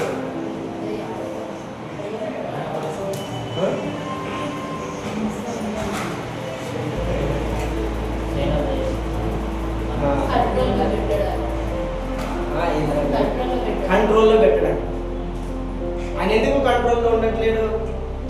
ఇప్పుడు నీవు చాలా మంది అక్కడ ఉన్నారు, అందరు కంట్రోల్లో ఉంటారు, కానీ ఒక్క వ్యక్తి ఎందుకు కంట్రోల్లో ఉండట్లేదు? ఆయనలో ఏం పని చేస్తున్నది? Spirit, devil spirit. ఆయనని కంట్రోల్ చేసేది ఎవరు? ఎవరు కంట్రోల్ చేస్తున్నారు? స్పిరిట్ అనేది ఆయన ఏం చేస్తున్నది? కంట్రోల్ చేస్తుంది. ఏం కంట్రోల్ చేస్తున్నదండి? చెప్పండి, ఏం కంట్రోల్ చేస్తుంది? ఎవరు కంట్రోల్ చేస్తున్నారు? ఏదైనా ఒకటి నీ కంట్రోల్ లేదు, ఏదైనా ఒకటి నీ స్వాధీనంలో లేదంటే దాని యొక్క మీనింగ్ ఏంటంటే సంబడి నిన్ను కంట్రోల్ చేస్తున్నారు. అది నీ ఫ్లెష్ అయినా, నీ థాట్స్ అయినా, నీ ఎమోషన్స్ అయినా, నీ ఫీలింగ్స్ అయినా. నువ్వు ఇతరులాగా నార్మల్గా ఉండలేకపోతున్నట్టు ఎవరో ఒకరిని కంట్రోల్ చేస్తున్నారు. నీ యొక్క థాట్స్ ఉంటే కరప్ట్ చెడ్డ ఆలోచనలు వస్తాయి. ఎవరో ఒకరిని ఏం చేస్తున్నారు? కంట్రోల్ చేస్తున్నారు. ఎవరు కంట్రోల్ చేస్తున్నారు? చేంజ్ కనిపిస్తలేదు, కంట్రోల్ కావట్లేదు, అన్కంట్రోలబుల్. ఆయనని ఏ వ్యక్తి అయితే చరిత్రలో చేంజ్ తోటి కట్టేస్తే ఆ వ్యక్తి త్వరగా చేంజ్ అయిపోతుందా? మీరు ఎక్కడైనా చూడండి, ఒక ఆయన పోలీసులు చూడండి, ఖైదీలను చైన్లతో కట్టేస్తారు, వాళ్ళు ఇతరంగా తెగిపోతున్నాయా? వాళ్ళు ఇంకా అట్నే అట్నే ఉంటుంది.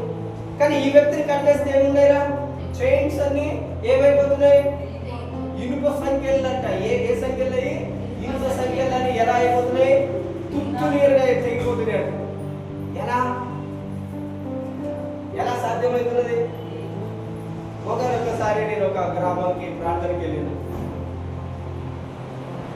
ప్రార్థనకి వెళ్తే ఒక ఆయనకి ఒకరింట్లో చేతబడి చేశాను. నేను ఆ ఇంటికి వెళ్తున్నా, దురాత్మ పట్టిన వ్యక్తి ఇక్కడ ఏ విధంగా అయితే ఈ వ్యక్తి గొలుసులతో కట్టేయబడ్డాడో ఆయన కూడా దయ్యముల చేత పీడింపబడుతున్నాడు. నేను వాళ్ళ ఇంటికి వెళ్ళాను. ఒక పెద్ద, ఇప్పుడు ఇది ఎంత పెద్దగా ఉన్నదో అంత పెద్దగా, దానికంటే కొంచెం పెద్దగా ఉన్నది. ఒక పెద్ద బండ, ఇంత వెడల్పు, ఇట్లా కడితే ఇంత ఉంటుంది. ఇంత కంటే ఎక్కువ ఇట్లా మనం ఇట్లా పట్టి ఇట్లా లేపాలి. ఇంత పెద్ద బండని లేపాలంటే మినిమం ఎంతమంది పడతారు? 4, 5, 6 మెంబర్స్ అయినా పడతారు. నాతో పాటు చాలా బలమైనటువంటి వ్యక్తులు 5, 6 వచ్చారు. వాళ్ళందరూ కలిసి బండలు లేపినా లేవలేకపోయింది. అని అపవిత్రాత్మ పట్టిన వ్యక్తి ఏమన్నాడు తెలుసా? మీది శరీరానుసారమైన బలము, అది మీ వలన కాదు, మీకు జరగండి.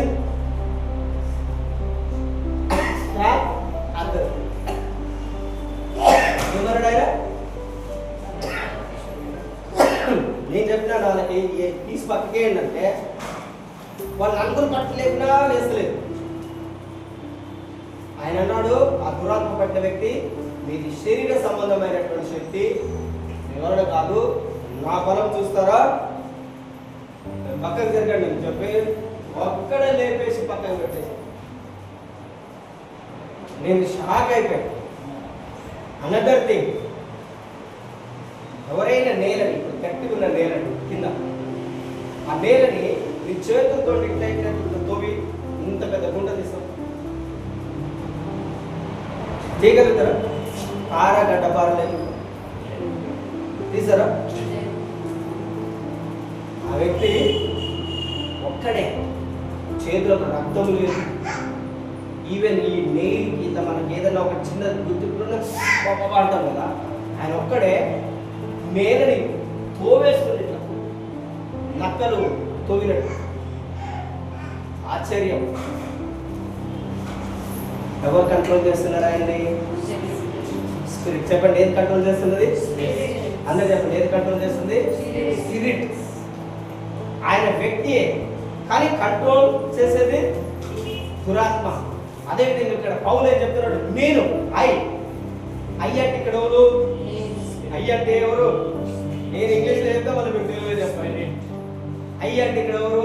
స్పిరిట్, ఆత్మ. ఆయన ఏమంటున్నాడు? నేను అంటే ఇక్కడ ఆత్మ. నేను ఆత్మగా నా శరీరాన్ని ఏం చేస్తున్నా? నా శరీరాన్ని నేనేం చేస్తున్నా? నలగొట్టి నాకు లోబడు.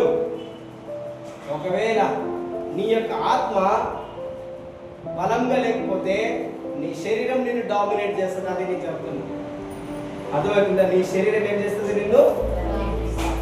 స్పిరిట్ ఆత్మానుసారంగా ఉన్నప్పుడే బైబిల్ అర్థమైంది. ఏమర్థమవుతుంది? చాలా మంది బైబిల్ చదువుతున్నారు, నాకు ఏం అర్థం కావట్లేదు. బైబిల్ చదువుతున్నా, నాకు ఏం తెలియట్లేదు అంటే ఎలా తెలుస్తుంది? ఇది స్పిరిట్. దేవుడు ఏమన్నాడు? నా మాటలు ఆత్మయు. దేవుని యొక్క మాటలు ఏంటి?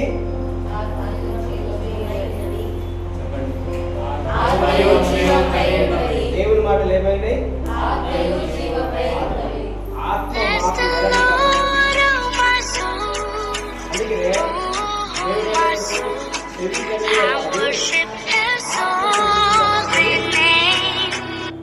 ఎవరు వినాలి? చెవి కలిగిన వాడు. ఎవరు చెప్తున్నారు ఈ మాట? ఆత్మ. దేవుని ఆత్మ కనుక ఆత్మ చెబుతున్న సంగతులు ఆత్మానుసారమైన చెవులు కలిగిన వాళ్ళు మాత్రమే వినగలుగుతారు. హల్లెలూయా. సో ఫైనల్గా నేనేం చెప్తున్నానంటే ఆత్మానుసారంగా మీరు నడుచుకోండి, శరీరానుసారంగా మీరు నడవండి. హల్లెలూయా. హల్లెలూయా. బోర్ కొడుతున్నదా? చెప్పండి, బోర్ కొడుతుంది. నేను కూడా వచ్చి ఏదో ఒకటి నయమాన్ గురించి చెప్పి క్లోజ్ చేసి పడేయచ్చు.